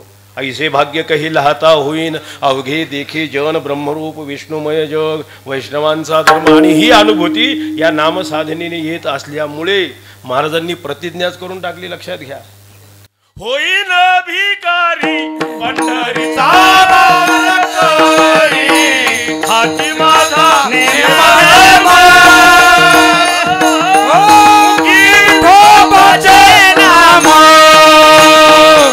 होईन भिकारी पंढरीचा वार करी. हाची माझा नेम धर्म ओ मुखी विठोबाचे नाम. हे नाम होईन भिकारी पंढरीचा वारकरी. काय करीन हाची माझा मुखी म्हणून धावे गावे गीत. पण लक्षात घ्या त्यालाही बंधन आहे. असं समजू नका नाम भक्तीला बंधनच नाही. नाम भक्ती सोपी आहे. कोणालाही करता येते केव्हाही करता येतं. याचा अर्थ स्वैराचार समजू नका. लोकांना स्वैराचार पाहिजे बंधन नको आहे. संप्रदाय शब्दाचाच अर्थ चौकटी आहे. लक्षात घ्या. ज्याला मर्यादा आहे त्याला संप्रदाय. संप्रदाय म्हणजे काय हे हृदयचे ते हृदय घातले सम्यक प्रकर्षेन गुरु शिष्य परंपरेनुसार अवच्छिन्न रूपेन दीयते इति संप्रदाय. त्याला संप्रदाय म्हणतात. ज्याच्यामध्ये नाम भक्ती सोपी आहे ठीक आहे ना. पण त्याला बंधनच नाही का. बंधन एक दोन सांगू काय. पहिलं बंधन आहे नाम भक्ती करायची. कशी करायची. निष्पाप होऊन करायची. नाही तर एकीकडे पापाचं साहचर्य आणि एकीकडे नाम भक्ती. काही लोक आले म्हटले पंढरपूर घालायचे म्हणजे जेव घालायचं पण सोलापूर लुटून. बाबा पंढरपूर घालू नको पण पहिल्यांदा सोलापूर लुटू नको. नाम भक्ती करतो आपण पण कशी करतो. दांभिक ती निर्दंबा असावी ना. आपली दिंडी रंगात येते गावात चौकात आल्यावर. हल्ली तर आपली दिंडी कधी येते रंगात. ते कॅमेरावाले आले डोंगरावर कोण पाहतंय म्हटलं. नाम भक्ती करायची कशी करायची. निर्दंब निष्पाप होऊन नाम भक्ती करायची. निष्काम नाम भक्ती करतो आपण. कशा करता. सकाम देव मिळावं म्हणून करतो. अरे संसार वाढावा म्हणून जर पुष्कळ आहे. अनेक बंधन आहे. तिथलं एक बंधनी ते सांगतात. शुद्ध करून या चित्त नामचिंतन करणारे रगड आहेत. आता त्र्यंबकेश्वर मंदिराच्या बाहेर किती भिकारी आहे. काय करतात ते. नाम जपत चालू आहे ना. पण कशासाठी. फरक आहे ना. राम नाम तो सब कही ठक ठाकुर और चोर. जिस नाम से प्रल्हाद तरे वो नाम कुछ और. नाम भक्ती करत असताना वारकरी जीवनामध्ये चित्ताच्या शुद्धतेचं महत्व आहे. अनन्य साधारण महत्व आहे वारकरी जीवनात. वारकऱ्याचं चित्त शुद्ध पाहिजे. चित्त शुद्ध होऊन नामगीत घेतलं पाहिजे. वारकरी संप्रदायात विद्वत्तेलाही फार किंमत नाही. म्हणजे विद्वान असू नये असं माझं सांगणं नाही. विद्वान असलं तर चांगलंच आहे पण त्याच्याबरोबर चित्ताची काय पाहिजे. शुद्धता. चित्त शुद्ध नसेल. कितीतरी माणसं संस्कृत शिकलेली आहे पण असंस्कृतच आहे. आणि कितीतरी वारकरी काय फार शिकलेले का आपण. सरकारने जर आपल्याला वर्गीकरण केलं तर निरीक्षर लोकांच्या यादीमध्येच जाऊ. पण रोज हरिपाठ म्हणतो, काकडा करतो, नामचिंतन करतो. चित्ताची शुद्ध प्रसंग घडलेला फक्त मी नाव सांगत नाही. एकाने चांगलं व्याख्यान दिलं, माऊलीचं चरित्र सांगितलं. तिचे एक जण ऐकणारे होते, पुष्कळ मोठे दानशूर होते, आता वारले ते, त्यांच्या नावाने शाळा वगैरे पुष्कळ आहे. तिने पाहिलं एवढं व्याख्यान चांगलं केलं, मग यांना काहीतरी देणगी आपण देऊ म्हणाले. मग त्यांना भेटायला कुठे विचारलं, म्हटले माडीवर बसले, हे गेले भेटायला. हे तिथे विड्या ओढत होते. यांनी पाहिलं आणि निघाले का आले होते, परत चालले. नाही आलो होतो कशासाठी, अहो काही देणगी द्यावी, एवढं चांगलं व्याख्यान केलं तुम्ही, काही देणगी द्यावी म्हणून आलो. मग परत का चालले देणगी न देता. अहो तुम्हाला विड्याचा धूरच पुरेसा आहे, देणगीची गरज काय. विठाला विठाला काय चित्ताची शुद्धता. विद्वत्तेपेक्षाही वारकरी जीवनामध्ये कसं पाहिजे, चित्ताची शुद्धता पाहिजे. लक्षात घ्या. म्हणजे नामगीत गात असताना अगोदर, आता यातही गंमत आहे, अगोदर चित्त शुद्ध करून नामगीत गाणं आणि नामगीताने प्राप्त होणारी चित्ताची शुद्धता, दोन भाग आहे. दोन्ही भाग समजले पाहिजे. नामगीत गाताना अगोदर आवश्यक आहे चित्ताची शुद्धता. जसं एखादा शेतकरी आता सर्व विहीर वगैरे खणली आणि शेतीला पाणी द्यायचं, पाणी आहे, मोटर वगैरे आणली, फिटिंग केली, चालू केलं आणि काही पाणीच येईना, परत गेला. हो अशी काय मोटर दिली, नवीन घेतली, पाणीच फेकत नाही, पाण्याकरता मोटर घेतली, असं अहो कशी केली, असं मग अगोदर तांब्याभर पाणी टाका जर म्हणे. अहो पाणी पाहिजे म्हणून मोटर नेली ना, तुम्ही काय सांगता अगोदर पाणी द्या. अरे अगोदर तांब्याभर दे, पाहिजे तेवढी फेकेल. तसंच आहे, अगोदरची चित्ताची शुद्धता आणि नंतर पुन्हा उलट नामचिंतनाने जी शुचिता प्राप्त होते ना. सर्व साधू संतांचा अनुभव आपल्या समोर आहे. आपल्या संप्रदायातील सर्व संत आहेत ना, जसं देवाच्या नावाची फलश्रुती ना, तसं संतांच्या नावाची फलश्रुती. का, नामचिंतनाच्या द्वारा हे संत परमपवित्र अवस्थेला प्राप्त झाले. म्हणजे जसं देवाच्या नावाचं महत्त्व संप्रदायात आहे, तसं कोणाच्या नावाचं महत्त्व आहे, संतांच्या. आपण निवृत्तीनाथांचे वारकरी आहोत, काय करा, काही नाही, निवृत्तीनाथांचं केवळ नामजप जरी केलं, 3 अक्षरी निवृत्ती जो जप करील अहोरात्री, तया सायुज्यता मुक्ती ब्रह्मस्थिती सर्व काळ, 4 अक्षरी ज्ञानदीव जो जप करी धरील भाव. सर्व आपण अभंग बघून घ्या. निवृत्ती निवृत्ती निवृत्ती निवृत्ती म्हणता पाप नुरी चित्ती, म्हणता पाप नुरी चित्ती, चित्ते म्हणता पाप नये चित्ते.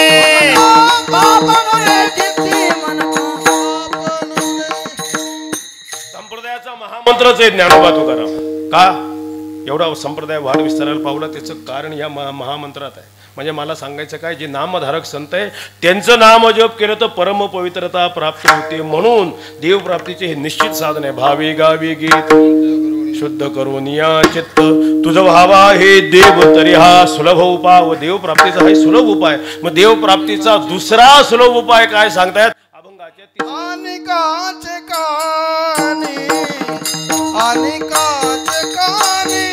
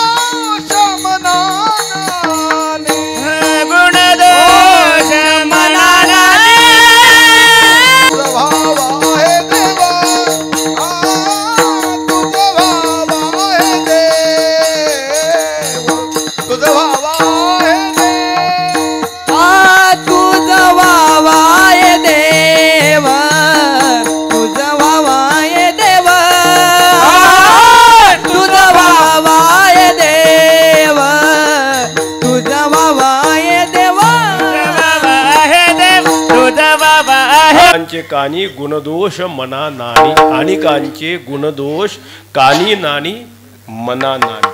गुणदोष शब्द वापरलाय. गुणदोष शब्दाचा अर्थ काय आहे, गुण आणि दोष असा नाही करायचा. गुणदोष शब्दाचा अर्थ आहे दोषच. जसं एखादी वस्तू खरेदीला गेलो, दुकानदाराने भाव सांगितला, आपण काय म्हणतो, अरे काही कमी जास्त कर, म्हणजे काय अजून जास्त करून सांग, असा अर्थ आहे का. कमी कर, जे सांगितलं तसंच आहे. गुणदोष एकत्र शब्द आला ना, त्याचा अर्थ काय? गुणदोष म्हणजे दोषच, अनेकांचे, दुसऱ्याचे दोष कानी नानी मना नानी.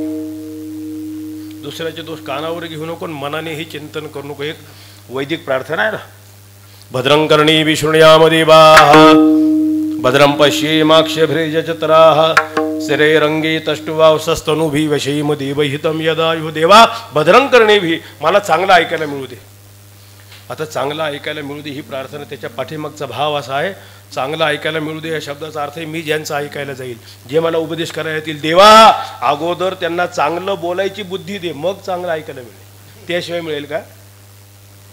म्हणजे दुसऱ्याचे दोष कानी नानी. गंमत आहे, म्हणजे दुसऱ्याचे दोष कानावरही घेऊ नको. अगोदर दोष कशाला म्हणतं हेच माहिती नाही, पण मग गेला शिकायला कुठे तीर्थक्षेत्राला, कुठल्या संस्थेत, अमुक अमुक ठिकाणी काही ग्रंथ अध्ययन केलं. मग काही ग्रंथ अध्ययन केलं, मग दोष काय याचं ज्ञान झालं. मग त्याला समजलं मल दोष आहे, विक्षेप दोष आहे, आवरण दोष आहे. दोषाचं ज्ञान झालं, अगोदर दोष माहीत नव्हते, दोषाचं ज्ञान झालं. मग काय करायचं? दुसऱ्याचेच पाहिजे, याच्या अंतकरणात मल दोष आहे, याच्या अंतकरणात विक्षेप आहे, याच्या अंतकरणात आवरण आहे, असं दुसऱ्याचेच दोष पाहिजे. आणि जो दुसऱ्याचे दोष पाहतो तो वारकरीच नाही, लक्षात घ्या. पारमार्थिक माणूस दुसऱ्याचे दोष पाहणं हा सांसारिक माणूस आहे, प्रापंचिक आहे. हे परमार्थाचं साधन होऊ शकत नाही. परमार्थाचं साधन वारकरी कोण आहे? जो आपले दोष पाहतो. स्वदोष दर्शनामध्ये प्रवृत्त होणं परमार्थातली पहिली पायरी आहे. दुसऱ्याचे दोष पाहून करतं काय? आपले दोष महाराजांनी कसं लिहिले? दुसऱ्याचे नाही. माझे मज कळू येती अवगुण, काय करू मन अनावर, वाचा वदी परी करणे कठीण, इंद्रियाधीन झालो देवा. म्हणजे स्वतःचे दोष पाहिला, गुणवंत केलो. कशासाठी? दुसऱ्याचे दोष जाणण्यासाठी.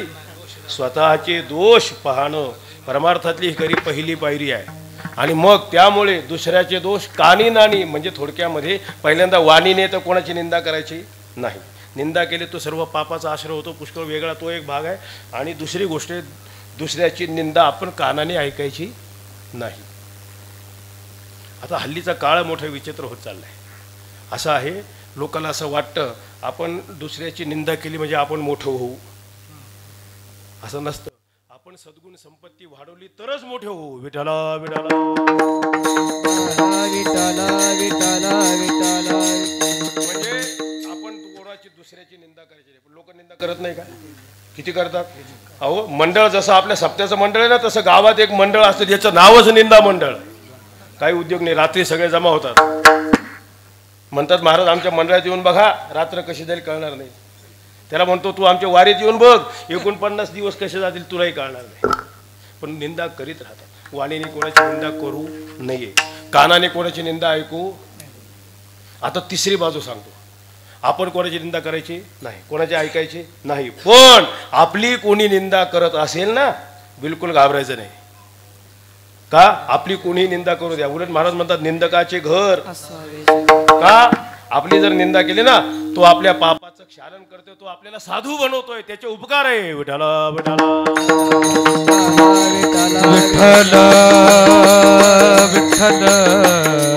कोणी निंदा करू द्या, घाबरायचं काही काम नाही. उलट चांगले, उलट भाग्य सांगतो आपली निंदा होते ना, चांगलं आहे. याचा अर्थ आपण साधू बनणार आहे. आपण कोणाची करायची? हा, कोणाची ऐकायची नाही. अनेकांचे कानी गुणदोष. आता कानावर तर घ्यायचं नाही, त्याच्या पुढचं बारकावा आहे मना नानी. हे सूक्ष्म आहे. अजून कानावर तर दुसऱ्याचे दोष घेऊच नको, पण मनातही दुसऱ्याच्या दोषाचं चिंतन करू नकोस. दुसऱ्याच्या दोषाचं मनात चिंतन करीत बसला, तुझ्या मनात व्यग्रता होईल. भगवत चिंतन कसं करशील? मन एकच आलंबन धरू शकतो जर देव प्राप्त करून घ्यायचा आहे तर. हा उपदेश कोणासाठी? वारकरी करता, ज्याला देवाच्या प्राप्तीची गरज आहे त्याच्याकरता. देव प्राप्त करून घ्यायचा आहे ना, मग असं कर. अनेकांचे कानी गुणदोष मनानानी, तुझं व्हावा हे देव तरी हा सुलभ उपाय. देवप्राप्तीचे हे सुलभ उपाय. त्या देवप्राप्तीच्या उपायामध्ये एक देवप्राप्तीचा निश्चित सुलभ उपाय आहे. संत लक्षात घ्या. हरिप्राप्तीसी उपाय धरावी. निश्चित उपाय कोण आहे? वेद सांगतो ना, तद्विज्ञानार्थम गुरुमेवाभिगच्छेत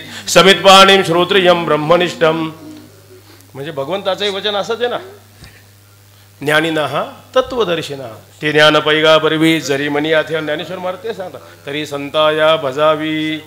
म्हणजे देवप्राप्तीचा उपाय निश्चित कोण आहे? संत. उलट व्यतिरेकाने सांगितलंय संता विण प्राप्ती नाही संता विना प्राप्ती नाही. संता विण प्राप्ती नाही. संता विना प्राप्ती नाही. ऐसे वेद देते ग्वाहे ऐसे वेद देते ग्वाहे ऐसी वेद देती गोई ऐसी वेद देती गोई ऐसी वेद देती गोई संत बिन प्राप्ती नाही ऐसे वेद देते ग्वाहे ऐसे वेद देते ग्वाहे ऐसे वेद देते ग्वाहे. संता विना प्राप्ती नाही ऐसी वेद देती गोई ऐसी वेद देती गोई ऐसी वेद देती गोई. नाही ऐसी वेद देती ग्वाही. अन्वय आणि व्यतिरेकाने संतांशिवाय देवाची प्राप्ती होऊ शकत नाही. देव प्राप्तीचं निश्चित साधन आहे संत. मग अशा संतांना तू शरण जा. देव प्राप्तीचा एक तिसरा उपाय महाराज सांगते अभंगाच्या मस्तक टेंगना मस्तक टेंगना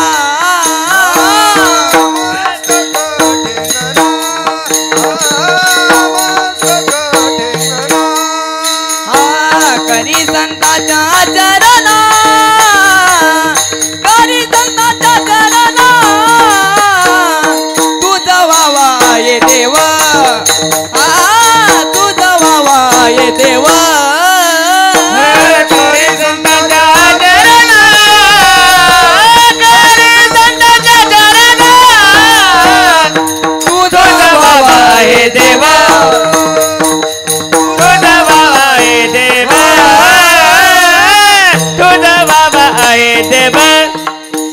मस्तक ठेंगणा करी संतांची चरणा.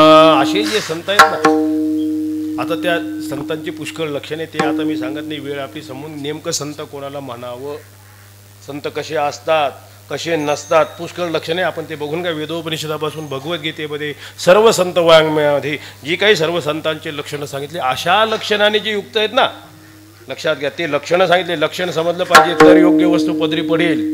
नाही तर असा महिमाय काळाचा पोटासाठी संत झाली कली तर बहु म्हणून फसगत होऊ नये म्हणून ती लक्षणं सांगितली.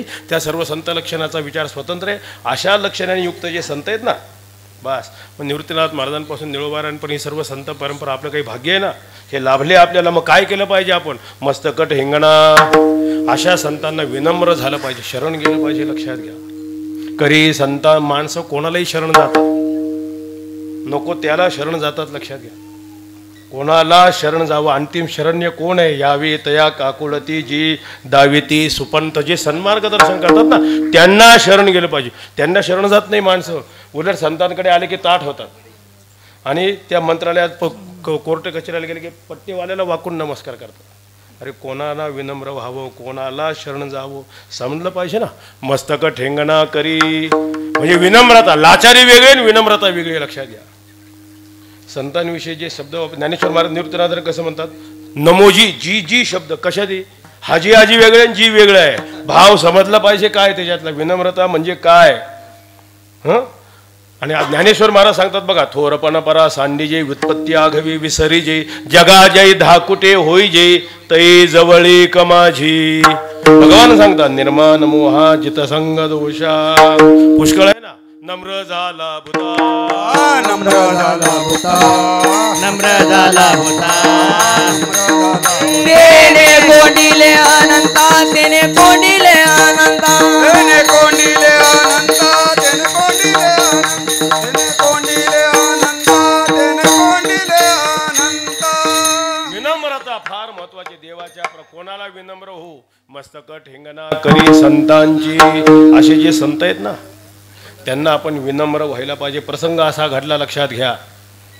एकदा ब्रह्मदेव मृत्यूलोकात आले होते, रस्त्याने चालत होते. ब्रह्मदेव रस्त्याने चालता चालता समोरून कबीर महाराज आले.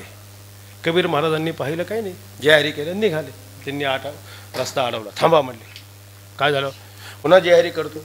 येतो येतो नाही, माझ्या समोरून असं जाता येणार नाही. माझा नियम आहे, काहीतरी मागावं लागेल ना माझ्याकडे. हटूनच बसले, रस्ता सोडे ना. असे कैक ब्रह्मदेव आपल्या संप्रदायात. विठाला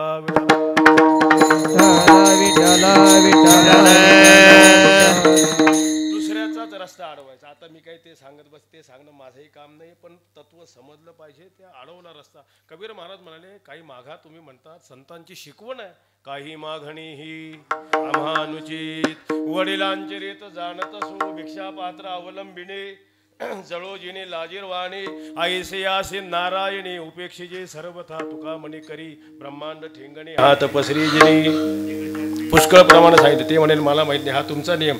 माझा नियम आहे, माझ्या समोरून कोणाला न मागता जाता येणार नाही, मागावंच लागेल.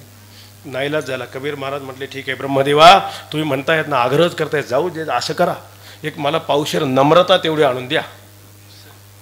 चारही डोके खाजवली ब्रह्मदेवानी. संतांच्या मागण्याचा विचार, कारण मी म्हणत नाही आहे, उदासीन्य जे प्राप्त झालं, अनौचित्य ज्याला म्हणतात ना शास्त्रामध्ये, ब्रह्मा डोळसा ते वेदार्थ ना कळ. नाथ महाराज सांगतायत, गुरूंची कृपा नसेल ना, अनौचित्य प्राप्त होतो. म्हणून गुरूंची कृपा फार महत्त्वाची. आणि त्याची दुसरी बाजू सांगू, निदान आपल्यावर गुरु प्रसन्न झाले नाही ना तरी चालेल, पण निदान त्यांची अवकृपा होऊ नये. फार बारकावा सांभाळला पाहिजे. संतांकडे फार मर्यादा पाहिजे. जर अवकृपा झाली ना, संत काहीच नाही करत, पण मग देवाचीही शक्ती चालत नाही. विठाला विठाला अनौचित्य प्राप्त झालं. मग ब्रह्मदेव म्हणाले, असं आहे कबीर महाराज, 8 दिवसाची मुदत द्याल का? देतो म्हणले. पावशेर नम्रता. 8 दिवस. कबीर महाराज 8 दिवस नाही, 8 महिने घ्या. आता मी जाऊ शकतो ना? जा. गेले, भगवंताकडे गेले तर ब्रह्मदेवाचा चेहरा पडलेला. काय झालं? असं झालं. मग भगवान म्हणाले, अरे कोणी उद्योग करायला सांगितला हा? हां, मोठ्याचे लेकरं असेच उद्योग करतात. अशी परिस्थिती आहे. ठीक आहे. मग भगवंताने सांगितलं, असं करा, परत जा म्हणे मृत्यू लोकात. कबीर महाराजांना एक साष्टांग नमस्कार घालून या. अहो म्हणे मी जातो. एकदा नाही 1000 वेळा घाली. त्यांनी ती पावशेर नम्रता मागितली तर काय करू? जाऊन तर या, मग बघू. ठीक आहे. पुन्हा ब्रह्मदेव आले कबीर महाराजांकडे, साष्टांग लोटांगण घातलं. श्री संताची माझा चरणावरी. आता कबीर महाराज असते मातृहृदय संपन्न. कबीर महाराज म्हणले, अहो ब्रह्मदेवा, मी पावशेरच नम्रता मागितली होती, ही 1.25 शेर झाली. विठाला विठाला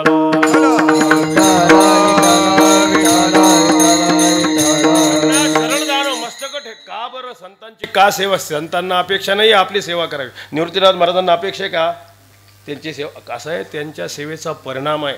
संतांची सेवा केली त्याचा परिणाम. तनु मनुजीवी चरणाशी लागावी अगरवता आपल्यासाठी. मग अपेक्षित आपली सांगितलेलं पुसली. त्यांनी जर बोध केला संतांच्या वचने वारी जन्मदुःख. संत काय करतात? शक्तिपात. ज्ञानेश्वर महाराजांचा अनुभव. ज्ञानेश्वर महाराजांनी काय केलं? निवृत्तीनाथ माझ्या केवळ डोक्यावर हात ठेवला, बाकी काही नाही केलं. त्याचा परिणाम महावाक्याची नावी, गुरु कृपेची थावी, माथा हात ठेविला नवी, थापटीला जायचा. केवळ कृपा दृष्टीने पाहिलं निवृत्तीनाथांनी. कृपा कटाक्षने हाळिली, आपुले पदी बैसविली. बाप रखुमा देवर विठ्ठले, भक्ता दिधले वरदान. नुसतं स्मरण करा, आपलं आरंभी प्रमाण झाले. स्मरता निवृत्ती, काही करू नका. शक्तिपात आहे हा. पावलो विश्रांती, संसाराची शांती झाली माझ्या. म्हणजे संत शक्तिपात करतात, म्हणून त्यांना विनम्र झालं पाहिजे, त्यांना शरण गेलं पाहिजे. देव प्राप्तीचा हा एक निश्चित उपाय आहे. मस्तक ठेंगणा करी संतांची चरण, तुझं व्हावा हे देव तरी हा सुलभ उपाय. हा देव प्राप्तीचा सुलभ उपाय. सोपे सोपे उपाय सांगताय. आणखीन एक उपाय सांगताय महाराज अभंगाच्या. वेचिते वचन, वेचिते वचन, वेचिते वचन, वेचिते वचन.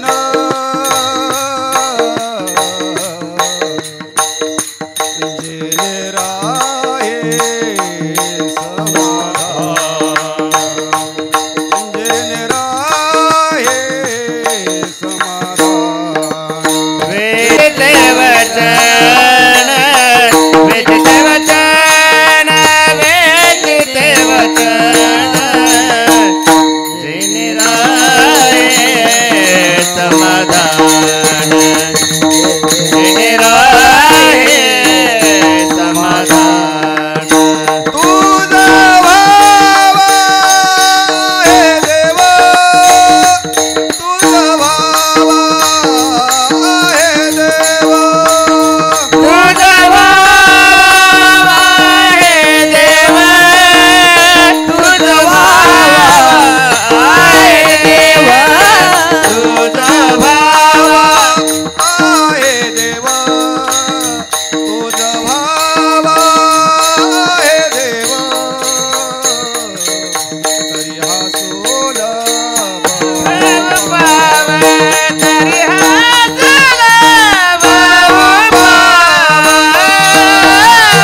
वचन जेणे राही समाधान तुझं भावा हे देव तरी हा सुलभ उपाय देव करून घ्यावं वाटतंय तुला काय कर वेचिते वचन जेणे राही समाधान अरे असं बोल वाणी दिली देवानी आपल्याला ही वाणी मिळाली सामान्य आहे का लक्षणीमध्ये मनुष्य देहाची काही विलक्षणता आहे विचारशक्ती बुद्धीची शक्ती इंद्रिय शक्ती पुष्कळ आहे ते अनेक वैभवापैकी एक वैभव देवाने माणसाला दिलेली वाणी अशी वाणी देवाधिकांना नाही पशुपक्षाधिकांना नाही ही जी वाणी आहे ना साक्षात देवाची विभूती आहे 10व्या अध्यायामध्ये विभूती योगाच्या वर्णनामध्ये 7 स्त्री शक्ती विभूती सांगितल्या भगवंताने कीर्तीर श्री वाक्च नारी नाम स्मृतिर्मेधा धृते क्षमा वाणी ही स्त्री शक्तीपैकी तिसरी शक्ती आहे वाणी मिळाली ना ही देवाची विभूती आहे सामान्य नाही बरं देवाने दिले वाणी मनुष्य शरीराचं वैभव ही कर्मभूमी आहे देवाने स्वातंत्र्य दिले माणसाला कशासाठी स्वातंत्र्य दिलंय जेणेकरून भगवत स्वरूपाला प्राप्त होऊ म्हणून स्वातंत्र्य दिलं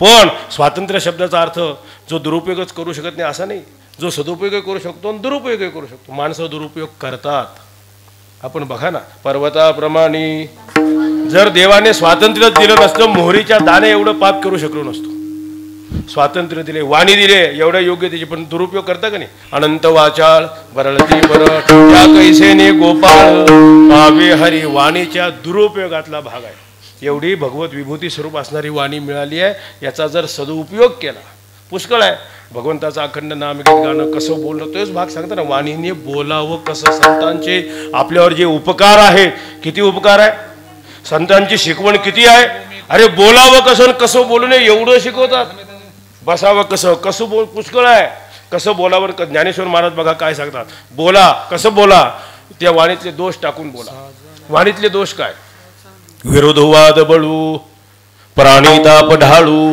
उपहास छळू वर्मस्पर्श असं बोलू नका ज्यात विरोध निर्माण होईल असं बोलू नका ज्यात वाद निर्माण होतील विरोधवाद वळू प्राणिताप ढाळू एखाद्या प्राण्याला ताप दिला जाईल असं बोलू नका उपहास एखाद्याचा उपहास केला जाईल असं बोलू नका एखाद्याचा छळ केला जाईल असं बोलू नका उपहास छळू वर्मस्पर्शू एखाद्याच्या वर्मावर बोट ठेवलं जाईल असं बोलू नका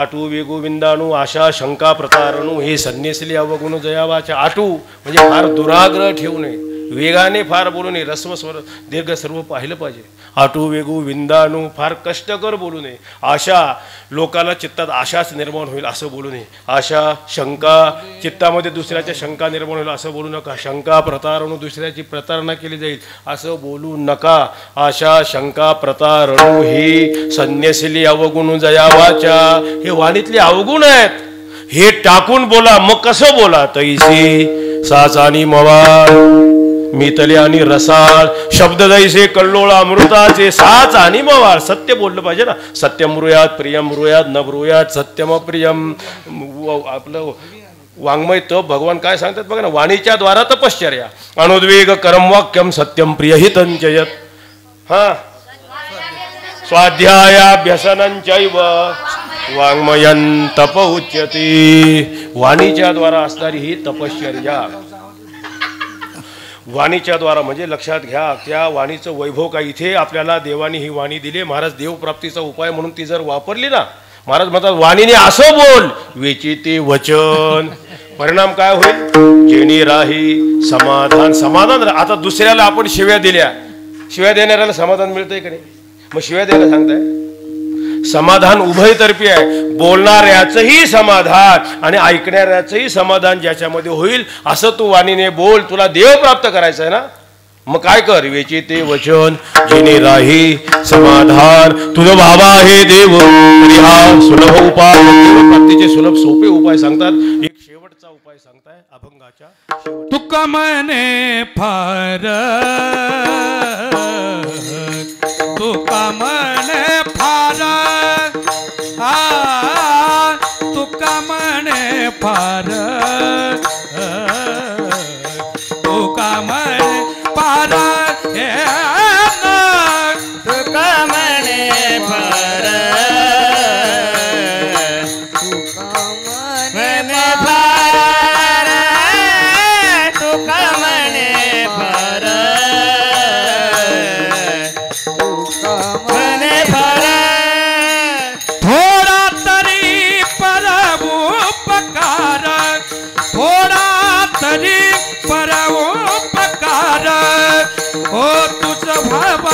आहे देव तुझ भावा आहे देव देव तुझ भावा आहे देव तरी हा सुलभ उपाव थोडा तरी पर उपकार थोडा तरी पर उपकार तुझा भावा आहे देवा तुझा भावा आहे देवा तुझा भावा आहे देवा तरी हा सुलभ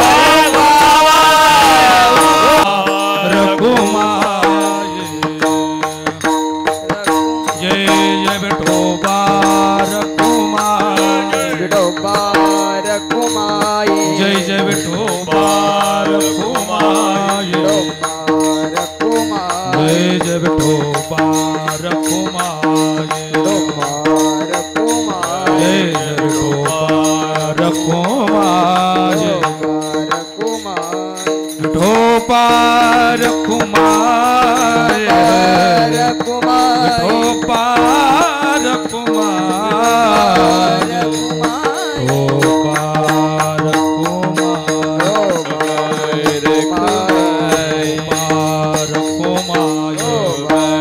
विठोबा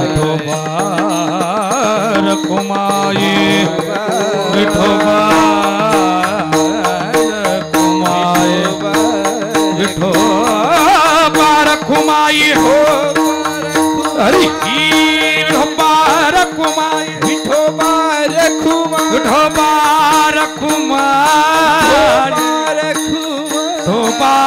रघुमाई विठोबा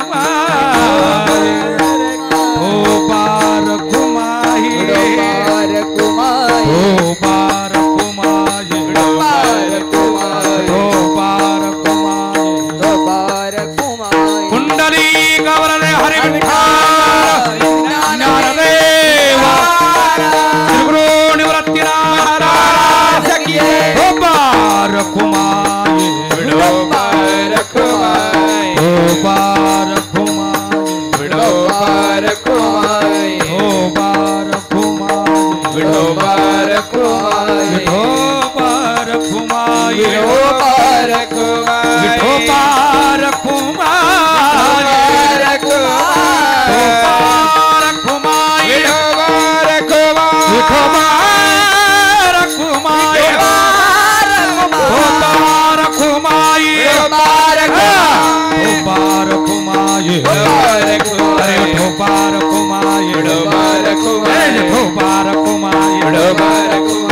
विठोबा रघुमाई विठोबा रघुमाई विठोबा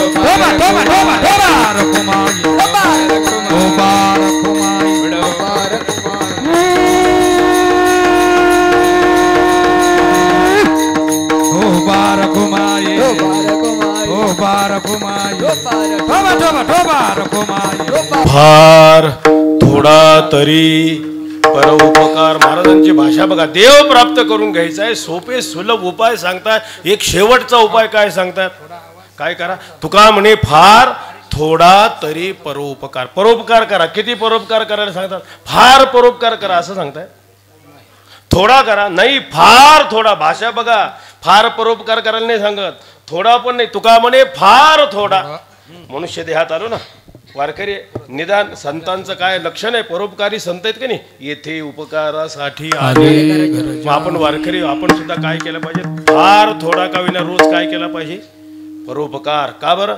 परोपकारामध्ये निर्माण होणारं विशुद्ध पुण्य संतांचं ते लक्षण आहे, ते आपलं साधन आहे. आणि विशुद्ध पुण्य जर त्यामध्ये निर्माण होईल तर त्या पुण्याचा परिणाम देवाविषयी आपल्या चित्तात आवड निर्माण होईल. आणि मग देवाविषयी आवड निर्माण झाली, मग मनुष्य परमार्थात प्रवृत्त होईल, वारकरी होईल. आणि मग ही साधना देवप्राप्तीचा तो उपाय म्हणून परोपकारी जीवन असलं पाहिजे. म्हणजे कृतज्ञता असली पाहिजे. परोपकार शब्दाचा अर्थ काय? कृतज्ञ नसता कामा नये. ज्ञानेश्वर महाराज बघा काय सांगतात. चोरा व्यवहारू दिधला निसगू स्तविला विसरे जैसा. म्हणजे आपल्या जीवनामध्ये काय पाहिजे? कृतज्ञता. कृतज्ञ होता कामा नये. कृतज्ञ म्हणजे त्या केलेल्या उपकाराची जाण असणं. लोकांवर आपण काय केले पाहिजे? काही ना काही रोज रोज थोडे का होईना फार थोडा परोपकार. जर केला अंतकरणाच्या शुद्धी झाला देवप्राप्तीचं ते एक महत्त्वाचं साधन म्हणून महाराज सांगतात तुका म्हणे फार थोडा तरी परोपकार तुझा भावा हे देव तरी हा सुलभ उपाव निवृत्ती ज्ञानदेव सोपान मुक्ताबाई एकनाथ नामदेव निवृत्ती ज्ञानदेव सोपान मुक्ताबाई एकनाथ नामदेव तुका निवृत्ती राया सोपान मुक्ताबाई ज्ञान सकया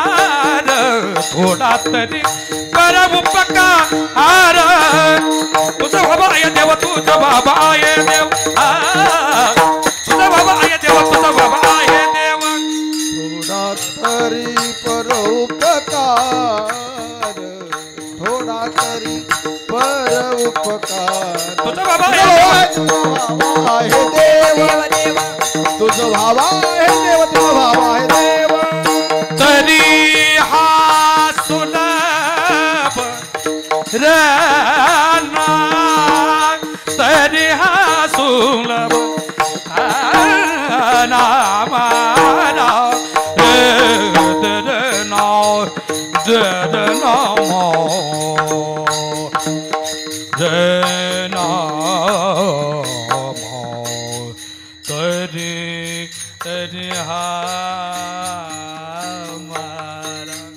तरी हा सुलभ तरी हा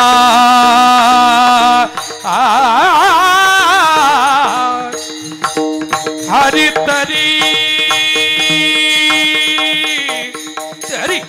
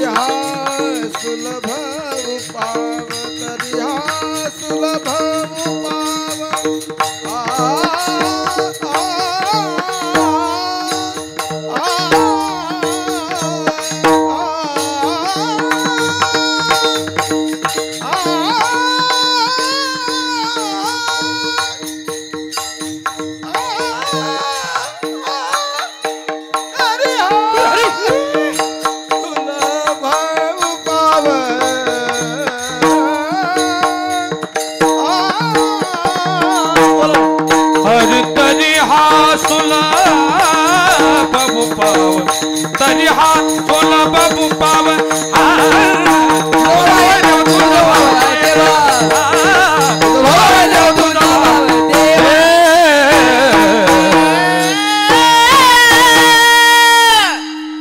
विठ्ठल विठ्ठल जय जय विठ्ठल जय जय बोली विठ्ठल जय जय विठ्ठल धन्य धन्य निवृत्ती देवा काय महिमा शिवे अवतार धरुण केले त्रैलोक्य पावन समाधी त्र्यंबक शेखरे मागे शोभे ब्रह्म शिवे अवतार धरुण केले त्रैलोक्य पावन निवृत्तीनाथांचे चरणी शरण एका जनार्दनी शिवे अवतार धरुण केले त्रैलोक्य पावन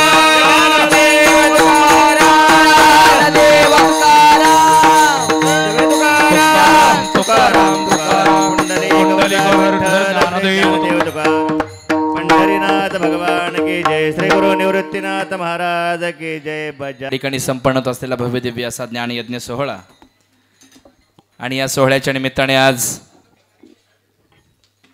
महाराष्ट्रातील नामवंत कीर्तनकार विश्वगुरु संतश्रेष्ठ निवृत्तीनाथ महाराज समाधी संस्थांचे पदसिद्ध विश्वस्त तथा दादांचे मुख्य पुजारी ज्यांच्या परंपरेमध्ये निवृत्तीनाथ दादांची सेवा अविरतपणे आहे आणि ते मोठ्या निष्ठेने आणि भक्तीने आजपर्यंत ते करत आलेले आहे. विश्वगुरु निवृत्तीनाथ महाराजांची त्यांच्यावर विशेष कृपा आहे म्हणून त्यांचा पूर्ण परिवार विश्वगुरूंच्या सेवेमध्ये अविरतपणे असतो. वारकरी संप्रदायातील एक अद्भुत रत्न वारकरी परंपरेला धरून असं कीर्तन आदरणीय पूजनीय वंदनीय महाराजांचं असतं. आज या ठिकाणी आपल्या सारोळ गावामध्ये वारकरी रत्न आदरणीय हरिभक्तीपरायण जयंत महाराज गोसावी यांचं आगमन झालं आहे. त्यांनी सुंदर अशी कीर्तनाची सेवा या ठिकाणी समर्पित केली. आपण जोरदार टाळ्या वाजून महाराजांचं स्वागत करूया आणि समस्त ग्रामस्थ सारोळकरांच्या वतीने महाराज आपले मनापासून आभार व्यक्त करतो. महाराजांनी वारीचं महत्त्व सांगितलं. मी ज्यावेळेस विश्वगुरू संतश्रेष्ठ निवृत्तीनाथ महाराज समाधी संस्थांच्या विश्वस्तपदे सेवा करण्याची मला संधी मिळाली त्यावेळेस विशेष संप्रदायाची आणि वारीची विशेष माहिती मला नव्हती.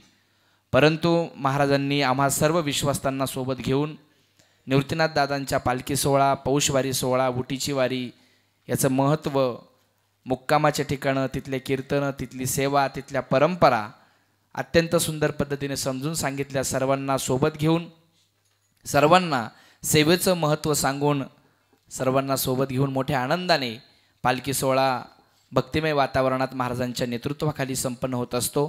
पूर्ण परिवार हा निवृत्तीनाथ दादांच्या सेवेमध्ये अविरतपणे काम करत आहे.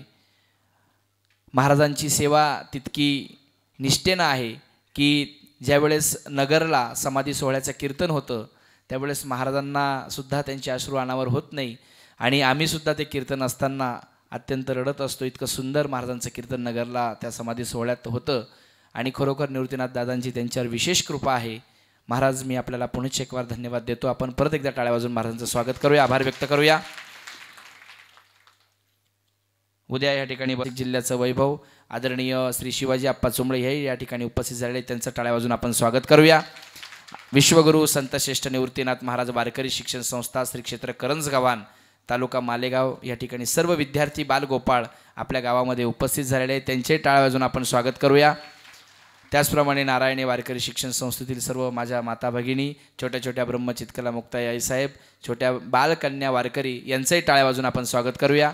त्याचप्रमाणे बालाजी चॅनल, यूट्यूब चॅनल, त्याचप्रमाणे हे आमचे रोशन भाऊ करपे, समस्त कीर्तन पूर्ण महाराष्ट्रभर आणि महाराष्ट्राच्या बाहेर ते नेण्याचं काम आपल्या बालाजी चॅनलच्या माध्यमातून करत आहे. त्यांनाही आपण टाळ्या वाजून धन्यवाद देऊया. रोज गेल्या 4 दिवसापासून सुंदर अशी साऊंड सिस्टीम आपल्याला सर्वांना ऐकायला मिळते. कारण महाराज सभामंडप म्हटलं की कार्यक्रमाचा आवाजाचा सगळा गोंधळ असतो, परंतु सुंदर अशी साऊंड सिस्टीम सागरदादा पावशे याच्यासाठी आपण टाळ्या वाजवूया, त्याचे आभार व्यक्त करतो. या ठिकाणी आमचे बंधू रत्नाकर भाऊ चुंबळे उपस्थित झाले, त्यांचे आभार व्यक्त करतो. परिसरातून जेवढे व्यक्त करतो. उद्या बरोबर 7 ते 9 या